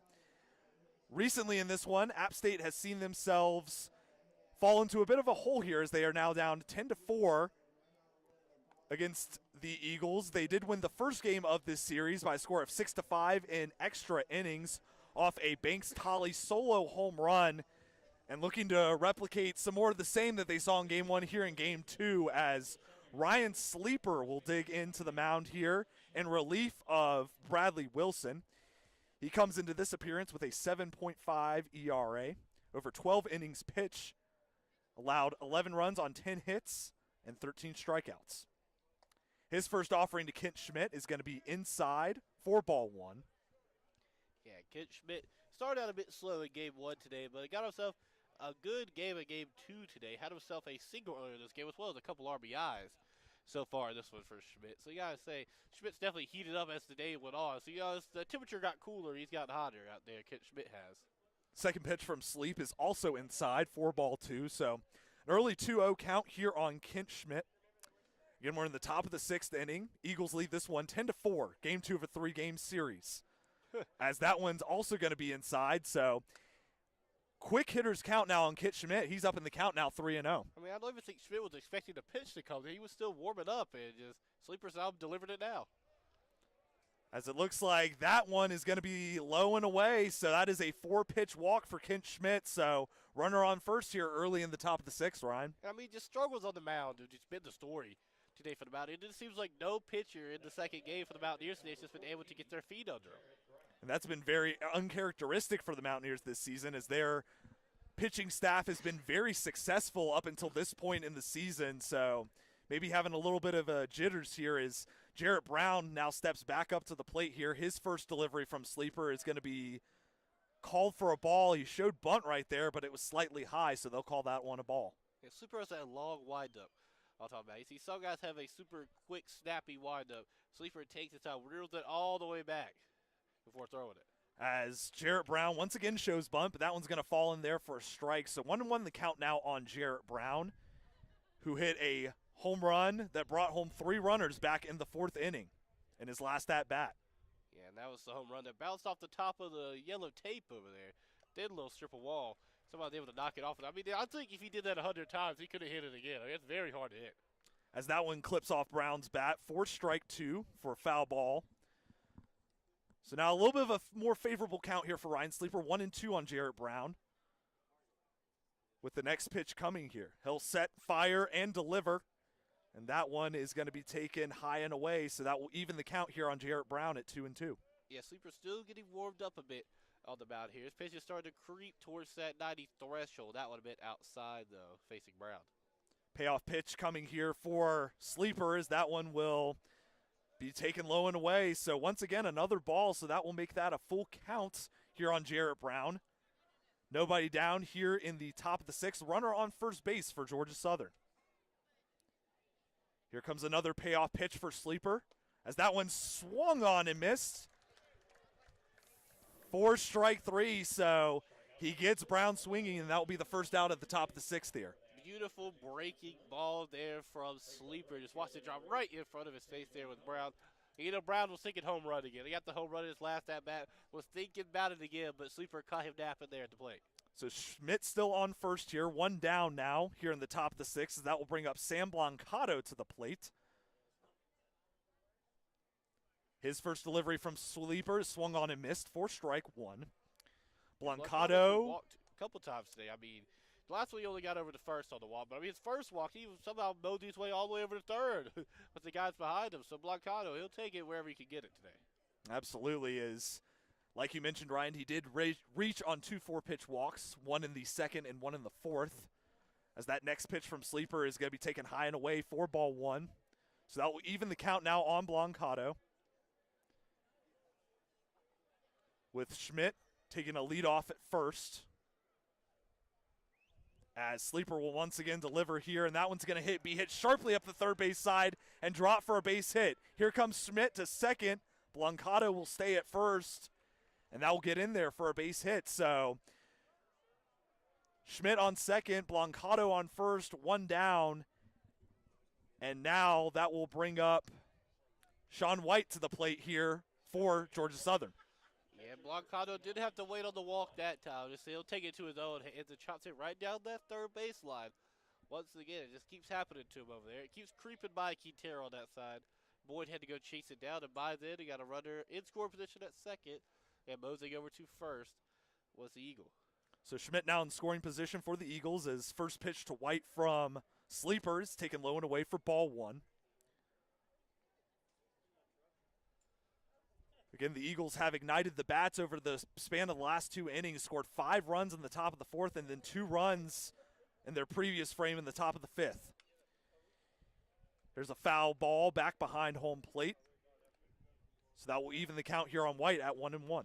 Yeah, White just tried to chop it that one. That one was low and away. I'm surprised he swung on it at all there for White. Sleeper is leaving him a bit low at the moment. We'll see if he can bring him up a little bit. He's trying to get him with that breaking ball we saw a man bite on earlier this inning. Next delivery from Sleeper is taken high and away, so 2-1 the count now on Sean White. Well, not that high if you're Sleeper. He wanted to bring it up a little bit from the dirt, but he'd have to try to sky it over. I mean, Smiley's having to work over there behind the batter today. I mean, he's had to reach up high a lot of times. Again, Schmidt at second, Blancato at first, as that next delivery from Sleeper is fouled away, so that'll make the count a little bit more respectful and even it up at 2-2 here on Sean White. Again, 1 down here in the top of the 6th, where the Eagles of Georgia Southern lead this one 10-4.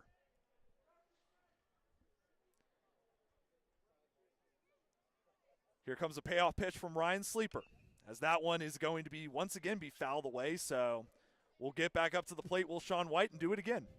Yeah, and honestly, it's probably best if that one was fouled away there for the Mountaineers' sake. 'Cause that was going right down that third baseline again. We've seen Quintero have trouble getting it off the mounts over there today. That we have, Ryan, is Sean White will once again dig into the plate here. Seems to be staying alive, as the BGs always sing about. And he'll look to get another payoff pitch here from Sleeper, and that one will be once again taken low and away in the dirt. So that'll make it a full count now at 3-2. You'll see if White can be able to get one on this one. Sleeper caught him in on the full count earlier with the breaking ball. See if he goes back to that same pitch here. Here comes the payoff pitch here from Sleepers. That one's popped deep into right field. Hunter Wilder will make the catch at the warning track. And it looks like Schmidt will try to tag up to third, and he will. So Schmidt now moves a little bit closer here in scoring position to third base. Blancato stays at first, but now there are two away, so a little bit more respectable here if you're the Mountaineer defense.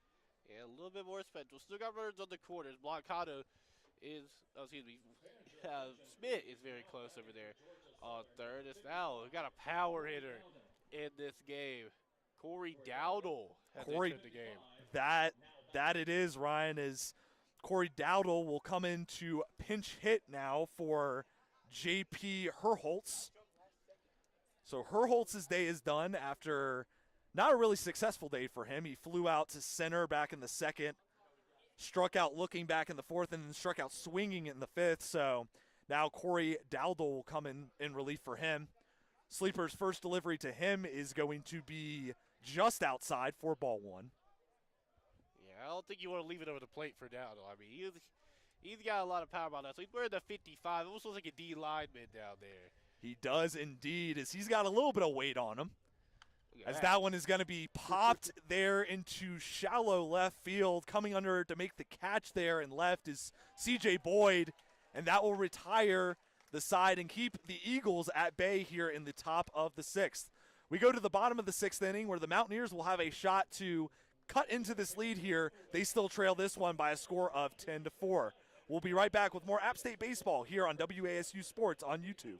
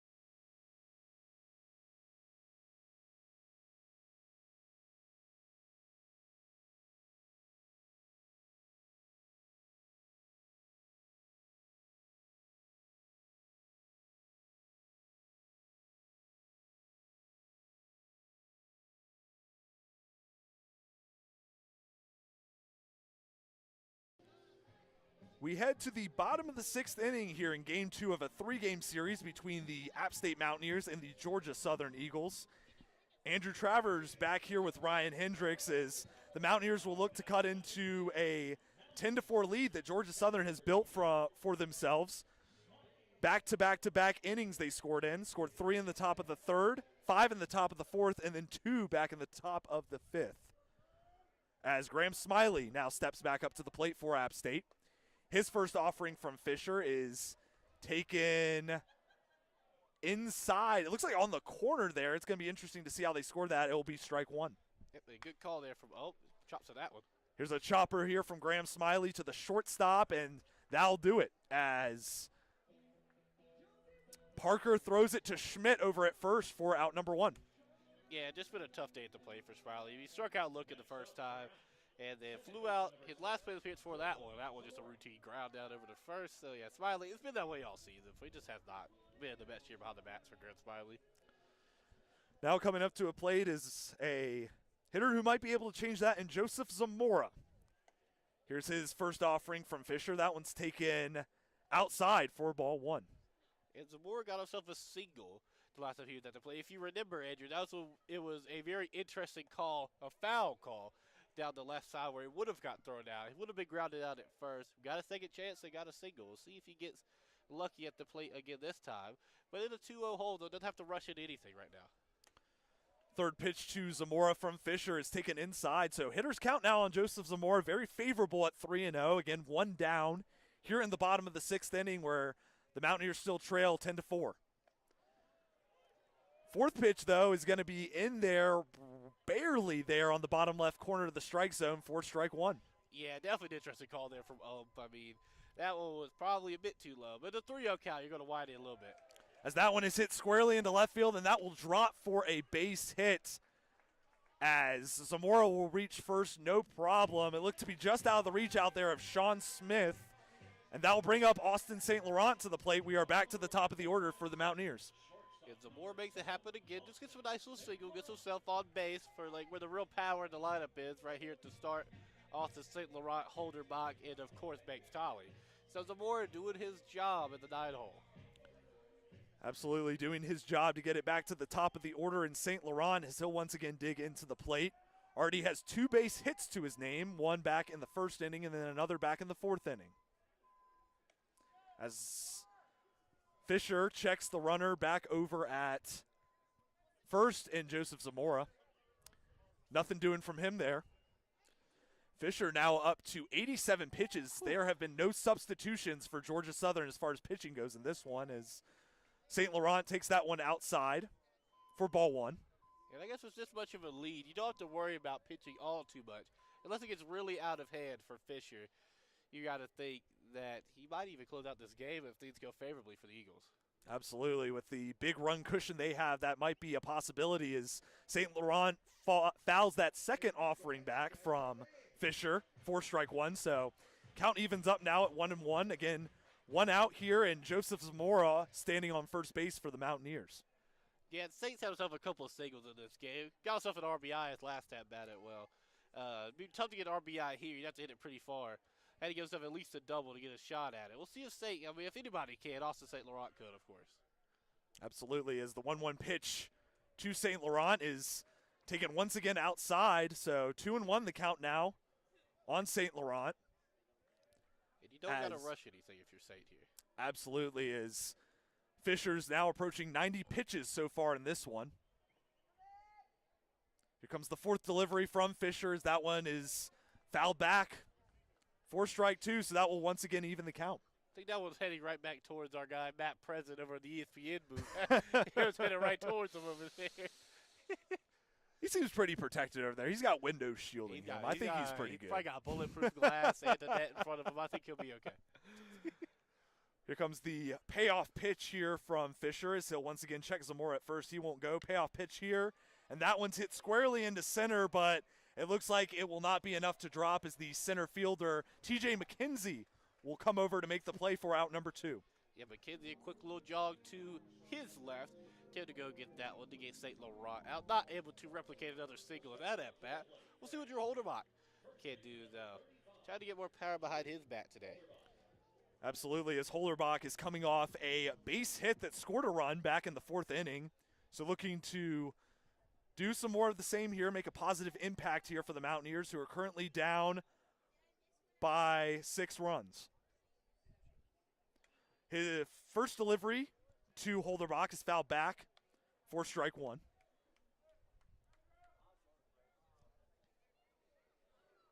Again, Holderbach in his previous 2 at-bats before the base hit grounded out to the pitcher back in the first and then grounded out to the infield as well back in the third.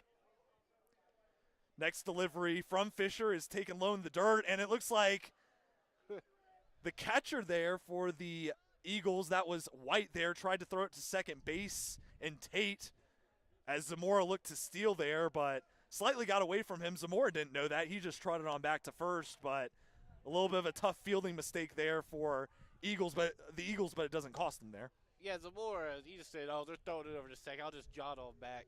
But, yeah, Tate had trouble corralling at second base. I mean, he probably would have got the base. But, smart for Zamora still to run back. Absolutely. His third pitch here to Holderbach from Fisher is taken in there. Right-hand corner, bottom right-hand corner of the strike zone. 4 strike 2 looking. That is beautiful. That was a beautiful pitch. I mean, that one dropped out the sky right to the bottom corner. That it was, Ryan. So now 1-2 the count now on Drew Holderbach with a potential payoff pitch coming here for Fisher as, wow, Holderbach tries to steal there, but no dice, as Fisher will now get him out at second base, what he was trying to do on the previous throw out there. We go to the 7th inning here in Boone, North Carolina, where the Mountaineers still trail the Georgia Southern Eagles by a score of 10-4. We'll have more App State baseball coming up after this short break on WASU Sports on YouTube.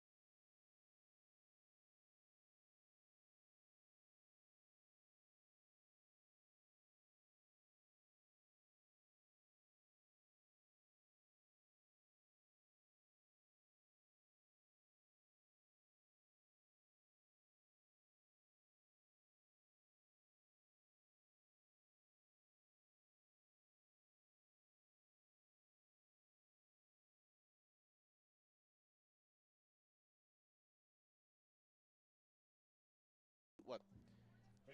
We head to the top of the 7th inning here in Boone, North Carolina. Game 2 of a 3-game series between the App State Mountaineers and the Georgia Southern Eagles, as we'll have another pitching change here for App State, as now Jordan Fisher will come into the game in relief of Ryan Sleeper. So it's been a pitching carousel up to this point, Ryan, is now App State, I believe, is on their 4th pitcher of this game.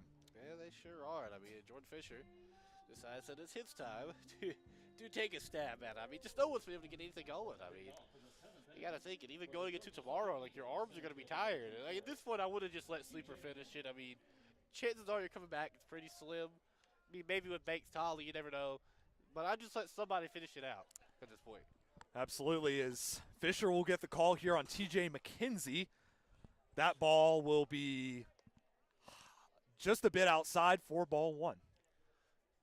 Yeah, I was way outside there. 93 on the speed, though, so at least you got a fresher arm now, putting a bit more heat behind the pitches. And this one's hit on a line there to right field, and Hunter Wilder looked like he had the catch for a minute, but it just falls out of his glove, and that will be a base hit. Another unfortunate set of circumstances for the Mountaineers, and TJ McKenzie reaches on first base. Yeah, McKenzie was jogging, too. We thought it was definitely caught by Wilder out there, but it ended up being the case. It pops out of Wilder's glove, and, I mean, it's been that kind of game for the Mountaineers today. You got the big emotional win in Game 1, and it just has not been falling your way so far here in the second. Absolutely, as it looks like that will be scored a hit, not an error there for TJ McKenzie as he reaches on first. So that will bring up Cade Parker to the plate once again. As that one is bunted over to the right field line, and it looks like Holderbach will make the play at first. No, he won't, as it looks like there might have been a little bit of interference over there. Not sure what was going on, as Adam Quintero looked to make the routine throw over to Holderbach at first. Yeah, it does be an interesting one there. They say Holderbach did not make the play at first. So, I mean, Cade Parker gets the single off the bunt there. Now 2 runners on base for the Eagles. And it looks like Kermit Smith will have some words here with first base umpire Daniel Cricks there. It looks like there might have been a little bit of a run-in there between Cade Parker and Holderbach there at first, and they will go review it for potential interference here. Ryan, our first review of this game. Well, there you go. I mean, we're going to have no clue what's going on during the review. I mean, look, see, there's how we know it. I mean, we got the sign up there that says the play is under review. they don't got the review up there. I mean, the big guys who make the big bucks, they get to see the review. We don't. So I mean, I don't know what the call is going to be. And I guess I got to say though, when Kermit came out to talk to the umpire again, I tense up every time I see Kermit go talk to the ump because I think he's just going to get thrown out again. Like, I mean, Kermit, he's not nearly as mad as he was back in the first game, though. He's a bit calmer now. He had to cool him off. I would say you're right about that, Ryan, but this is going to be something that I've never done before. I'm going to go to the ESPN Plus broadcast and see if they're showing a replay on there. Here we go. We're looking at the replay. We're looking at the replay live. And it looks like we do have the broadcast up right now, and hopefully they'll show us a replay on here just so we can kind of see what happened if there was interference there at first base. Yeah, we'll see. We'll see in like 2 minutes. 2 minutes from now, we'll see a replay eventually. Desperate times call for desperate measures here, Ryan, is we want to make sure we get this call right as well, just as the umps are looking at over there just outside the left field line. We get it right. Absolutely. As Mosing back up near the booth is the best photographer of all time, David Katzenmeyer. David has been moseyed back near the booth, both taking some time off over here. Bo kicked his feet up. Look at Buddy over here. He's enjoying himself. He's having a good old night, Ryan. He is. I mean, Bo's just chilling with some baseball. Got the tunes. He gets to take pictures of the bowling with the cow over there. Like, that's hype. Let's see if they ever gonna show the replay. I think they're looking at what we're looking at. I mean, yeah, they're showing the live feed right now, so no replay on the TV end right now. I think by the time they show it all there, they're going to just announce it. I think that's the situation we're in, Andrew. Yeah, I thought we might have gotten a look from the TV side of things, but it looks like no dice there, as they will call Holder Box safe, or actually they'll call Parker safe there, so no interference, and Parker will be safe at first. Tough one once again for the Mountaineers. I mean, you just can't say nothing. Well, I mean, it seems like every 50-50 call has gone against the Mountaineers so far in this game. It's been kind of tough for them today. And now, I mean, when we start creeping closer, especially to the start of the 7th, you just got to think any run can just end this game. A couple of runs. I mean, you're inching closer to that double-digit mark. Yeah, we are inching closer to the mercy rule that has been implemented in conference baseball play here in Division I baseball, as Josh Tate steps up to the plate, shows bunt on the first offering from Fisher, but he'll take it for ball 1, as that one is high and away. Yeah, Tate's had himself a very successful day, not just through game 1, but today as well in game 2, double, single, and a homer for Tate. Look at just a bunt at it now, just to get over to first. But I mean, he's just had some electricity behind his bat. Absolutely is.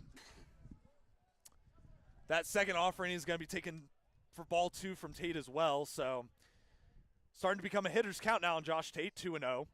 Third offering from Fisher is once again outside for a ball. So hitter's count now on Josh Tate at 3-0. Yeah, I mean, just no pitcher able to find their mojo up on the mound. I mean, Fisher's leaving them in the dirt right now, too, in the 3-0 hole early.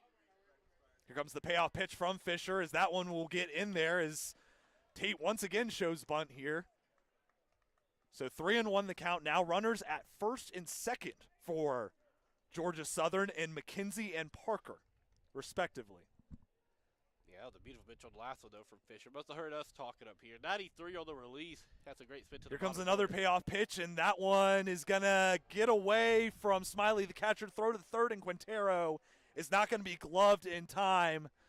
So now the runners move into scoring position, and Josh Tate will take first, so bases loaded now quickly here for Georgia Southern. Yeah, he just takes the hike over to first, and as you said, bases loaded. And not a guy you want to see at the plate. We're going to have another mound meeting. I feel like we've had infinite mound meetings today. Seems like it, Ryan, is just wondering if we'll see another pitching change here. We've already seen 4 here today alone in this game.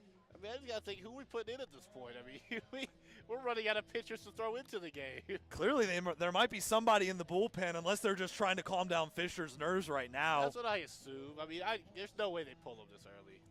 Fisher. We can't see the bullpen. But, at this rate, you might as well put Jackson Steensma back in. I mean, I'm sure he's probably still fresh from that Game 1 performance, but nonetheless, Fisher only at 8 pitches right now, only given up 2 hits on no runs, so he hasn't allowed any runs up until this point, has walked a batter, and it looks like he'll stay out there for the time being. Yeah, That's what it seems to be right now. It's just not a guy you want to see in the plate. So far in this game, it's been a couple ground outs for Smith. But if you think back to game one, we saw him knock one out the park. So Smith's clearly a guy that has some power behind his bat. So with the bases loaded, not a guy you want to see right now is Sean Smith. That he does, as he's reached on 3 walks just in this game alone. His first pitch from Fisher is going to be low and away for ball 1. He reached on a 4-pitch walk back in the first. He was hit by a pitch back in the third, and then got another 4-pitch walk back in the fourth that drove home a run. So he's had his fair share of walks to first today. Yeah, we'll see what happens here. He has to move out the way of that one a little bit. Just shake the shoulders. It's going to be another 2-0 hole right now for Fisher. Looking at Smith, and I mean, just can't walk anybody right now. Obviously, you'll bring in runs. Absolutely. Is the 2-0 pitch from Fisher is going to be swung on and hit into right field.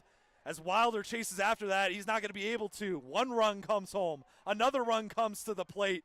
That's McKenzie and Parker. And now the Eagles have now increased their lead by 2 more. They now lead at 12-4. And, I mean, no outs, 2 runners in scoring position. And if they get 2 more, we're in double digits, and this game might be over. Yeah, it looks like they might have to call this one after the 7th inning. If that is the case, Ryan, as we will reach 10 runs, which is the mercy rule in Division I college baseball, especially in conference games. And Ken Schmidt's got some power behind his bat, too. I mean, he's heated up a lot here in the second of the game. If you think back to the first, he didn't do too much. We had himself a single and RBI in this one. As they're going to go talk to Fisher again. I mean, yeah, if it was me up there pitching, I wouldn't want to be talked to that much. I mean, like, it's got to just add more nerves. Well, you got to be thinking they might have another pitcher ready to bring in here. I mean, we've already seen at least 3 or 4 substitutions just in this game alone. We could have a 4th or 5th coming right here. Yeah. I mean, hey, maybe they need to call up David Katz to be the next pitcher. Maybe they need to. You know, I think they might gotta. Or Riley Carlson if he's still in Boone. And Ryan, you're not going to believe this. They're bringing in yet another pitcher. We're going for the record today of amount of pitchers played through 7 innings. And it looks like that will be number 18, I believe. Trying to get a good look at the number. Looks like no, that'll be actually 16. Jake Beatty will come in for relief of Fisher here in the top of the 7th. Yeah, now he's going to have to warm up. So we're going to take a quick 60-second break here. Don't go anywhere. We're getting close to the conclusion of this game here on WHU Sports on YouTube.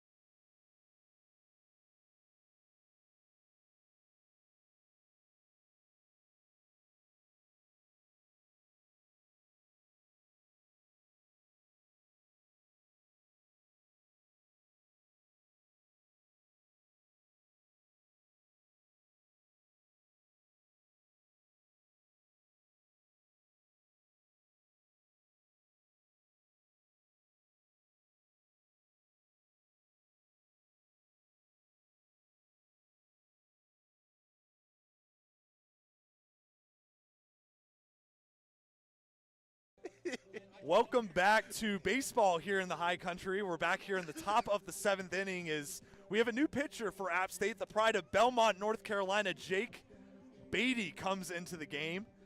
Beatty has posted a even 12.0 ERA this season through 7 innings pitched. Allowed 7 runs on 9 hits this season and struck out 6 batters as he comes in for relief of Jordan Fisher.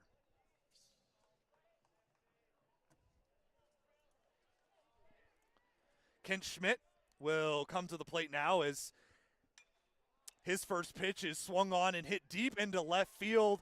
CJ Boyd gets under it for out number 1, but that's going to score another run here for Georgia Southern.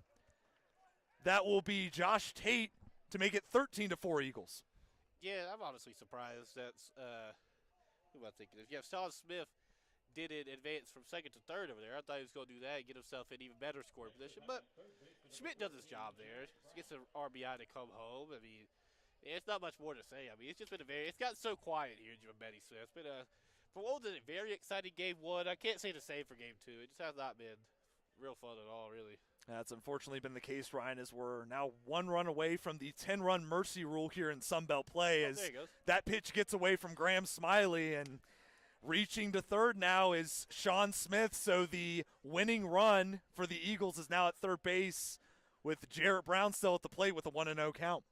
Yeah, and Jarrett Brown had a home run earlier this game. I mean, I don't even know what to say anymore. I mean, it's been nothing going for the Mountaineers. Unfortunately, in baseball, you have games like this, Ryan, is the next pitch from Beatty to Brown will be swung on and fouled back for strike 1, so that will even the count here. Again, 1-1 the count here with 1 out here in the top of the 7th. Georgia Southern still leads this one in commanding fashion by a score of 13-4. As Beatty will once again set fire and deliver as that one is swung on and missed. And that will be strike 2 here on Jarrett Brown. So we're not dead yet. Bit behind in the count now is Jarrett Brown with runner at third base again. And Sean Smith, that is the winning run here for the Eagles. But Mountaineers still looking to hang around. As Brown pops this one up to deep center field. And oh my goodness, Banks Tolley cannot make the grab. And that is how it will end as Sean Smith gets home. And, well, actually looks like that won't be the end, but there you go. The Eagles do increase their lead down to 10. It's now 14-4. Hey.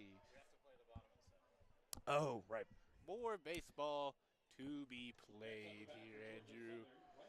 And what has been just a very unfortunate game for the Mountaineers. I mean, you can at least get something. I mean, look, you got a young guy on the mound. He's getting some reps out there. That's going to be – you got to think. Jake Beatty, he was a big David Katzenmeyer fan. That's what I got to say. That's all I know about the guy, to be honestly. Ryan, this game has gotten so out of hand. I'm so discombobulated. I thought that final run right there into the game, but I was informed by our girlfriend, David Katzenmeyer, we still have to play the bottom of the 7th. Who does? You know, I mean, more baseball and more baseball. Yeah, how can you complain about more baseball? You know, I can't. As now Blancato will take the second offering. He took the first offering for strike 1, takes the second offering from Beatty for strike 2 swinging. So now 0-2 the count now on Blancato. Another runner in scoring position here is Kent Schmidt here on third base. But Beatty looking to strike out Blancato here as that pitch is taken in the dirt for ball 1. So staying alive is Blancato now, 1-2 the count. Schmidt's a funny last name. I can be honest. That's one of the better last names. To be real with you. As Beatty will deliver a payoff pitch here to Blancato, but that one's fouled away once again. So Blancato trying to stay alive as much as he possibly can here. Again, 1-2 the count. 1 down here in the top of the 7th. Runner in scoring position in Schmidt with the Eagles still leading this one 14-4. Yeah, my favorite part of coming to the ballpark, though, is hear that organ music by our guy Ben Gibson. The real legendary organ music. I mean, it just adds to the ballpark experience. You know, you just get you some circus peanuts to some or some normal peanuts, whatever you consume at a ballpark. Can't beat it. Yeah, no, you can't beat it, Ryan. You're certainly right about that one. As another pitch is fouled back by Blancato, so that will keep him alive. Again, 1-2 the count. As Beatty is just looking to finish off a batter here, as he's got Blancato right where he wants him. Payoff pitch coming here, and it will be grounded back to Beatty as he'll throw it to Holman Smiley to get the second out of the inning. Play. That's a heads-up play by Jake Beatty right there. You know, a lot of pitchers would toss it over to first, let the run come in. Not Jake. Jake's ready for it. He's been learning. Kermit's been in his head. He knows what to do. He knows how to get a man out at the plate. Shout out Jake Beatty. Let's do it again. Get another one. It's good to see you're keeping your enthusiasm, Ryan. I'm glad you still have high spirits. I'm not sure I could say a lot about a lot of the other fans around here, but at least you're keeping the positive attitude. I think our guy Ben left. No, he's still here. He is indeed. He has a shirt on now. It's getting a little bit cold out here as Sean White comes up to the plate. He'll take the first offering from Beatty for ball one. Beatty boy at the mound. Beatty delivers the second pitch here, and that one's going to be grounded 2 seconds. Having a bit of trouble handling it out there is Zamora, but he will ultimately make the tag at second. So we'll go to the bottom of the seventh and see if the Mountaineers can rally here. They're in a big hole, down 14-4, and we'll be back with more App State baseball here on 90.5 WASU Sports on YouTube right after this short break.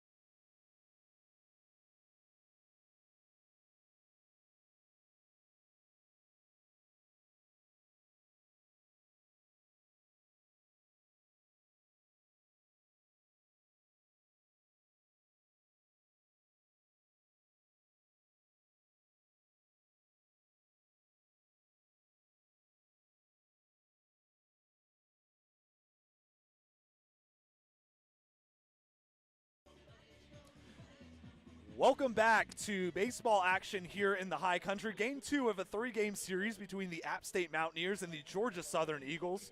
Andrew Travers alongside Ryan Hendricks as we head to the bottom half of the 7th inning with the Mountaineers still trailing this one by a score of 14-4. Yeah. Looks like they might have. And it looks like, Ryan, we will finally see a pitching change for the Eagles here. I'm shocked. As they will bring in Joey White to the game, the junior right-handed pitcher. There you go. Look at that. We have a pitching change. Shout out. I mean, yeah, the other guy. I mean, if I was Ty Fisher, I would say just leave me in. Let me play the whole game. Like, don't got to get another arm tired. So it looks like we'll see if White can finish off business here for the Eagles as they already have a commanding 10-run lead here as we head to App State's half of the 7th as they look to rally in a big way here, potentially with Drew Holderbach coming up to the plate. There you go, Drew Holderbach. See if Drew can make something happen here for the Mountaineers. I mean, it's just, we've been over it many times. I mean, it's not a great day hitting the ball. That's my stats closed in front of me. Yes, we wonder. It was a single last time for our guy. Here comes the first pitch from White to Holderbach, and that will be outside for ball one. There you go. He's going to wait on it. I mean, if he's got to just get walked, if he's got to walk all the way around from first to second to third and to home, we keep this game alive, he will. Well, second offering to Holderbach is check swinged. It looks like they appealed to first, and he did go, so that will be strike one. So even count now on Drew Holderbach at 1-1. Well, you know, I mean, sometimes you got to swing it. I mean, you got to take chances at this point. I mean, you might as well. Third offering from White is popped up into the infield, or just behind the infield there. First baseman for the Eagles comes underneath it to make the plate. That will be Schmidt there for out number one. Yeah, Ken Schmidt made it happen over there. Holderbach popped it way high up. Hey, that's the man who's going to keep the game alive right there. It makes Tolley. I mean, did they even leave one near him over here? Like, I wouldn't. Well, like you mentioned, Ryan, here comes Bankroll Tolley, as he's known on Instagram, to the plate. I mean, you can't have a cooler name than Banks. I mean, come on now. That's what I'm saying. Take it to the bank. Why don't you? As Tolley has reached on 2 walks so far in this game. As the first pitch from White is swung on, hit to the shortstop. And another routine that out for the Eagles. That's out number 2 there as the shortstop, Brown, throws it to Schmidt for out number 2. Well, there you go. We're 1 out away from this game being over. So, I mean, hey, C.J. Boyd to keep it alive, though. I mean, C.J. Boyd's actually had, like, the most success today. I mean, he's been doing pretty solid for himself. I mean, so it all comes down to this. If you're the Mountaineers in a dire situation here in the bottom of the 7th as C.J. Boyd steps up to the plate to try to keep this one alive, at least for the time being. First pitch from White is swung on and fouled back by Boyd for strike 1. I want a foul ball to come right here, Andrew. You know, we just reach up, get ourselves a little souvenir.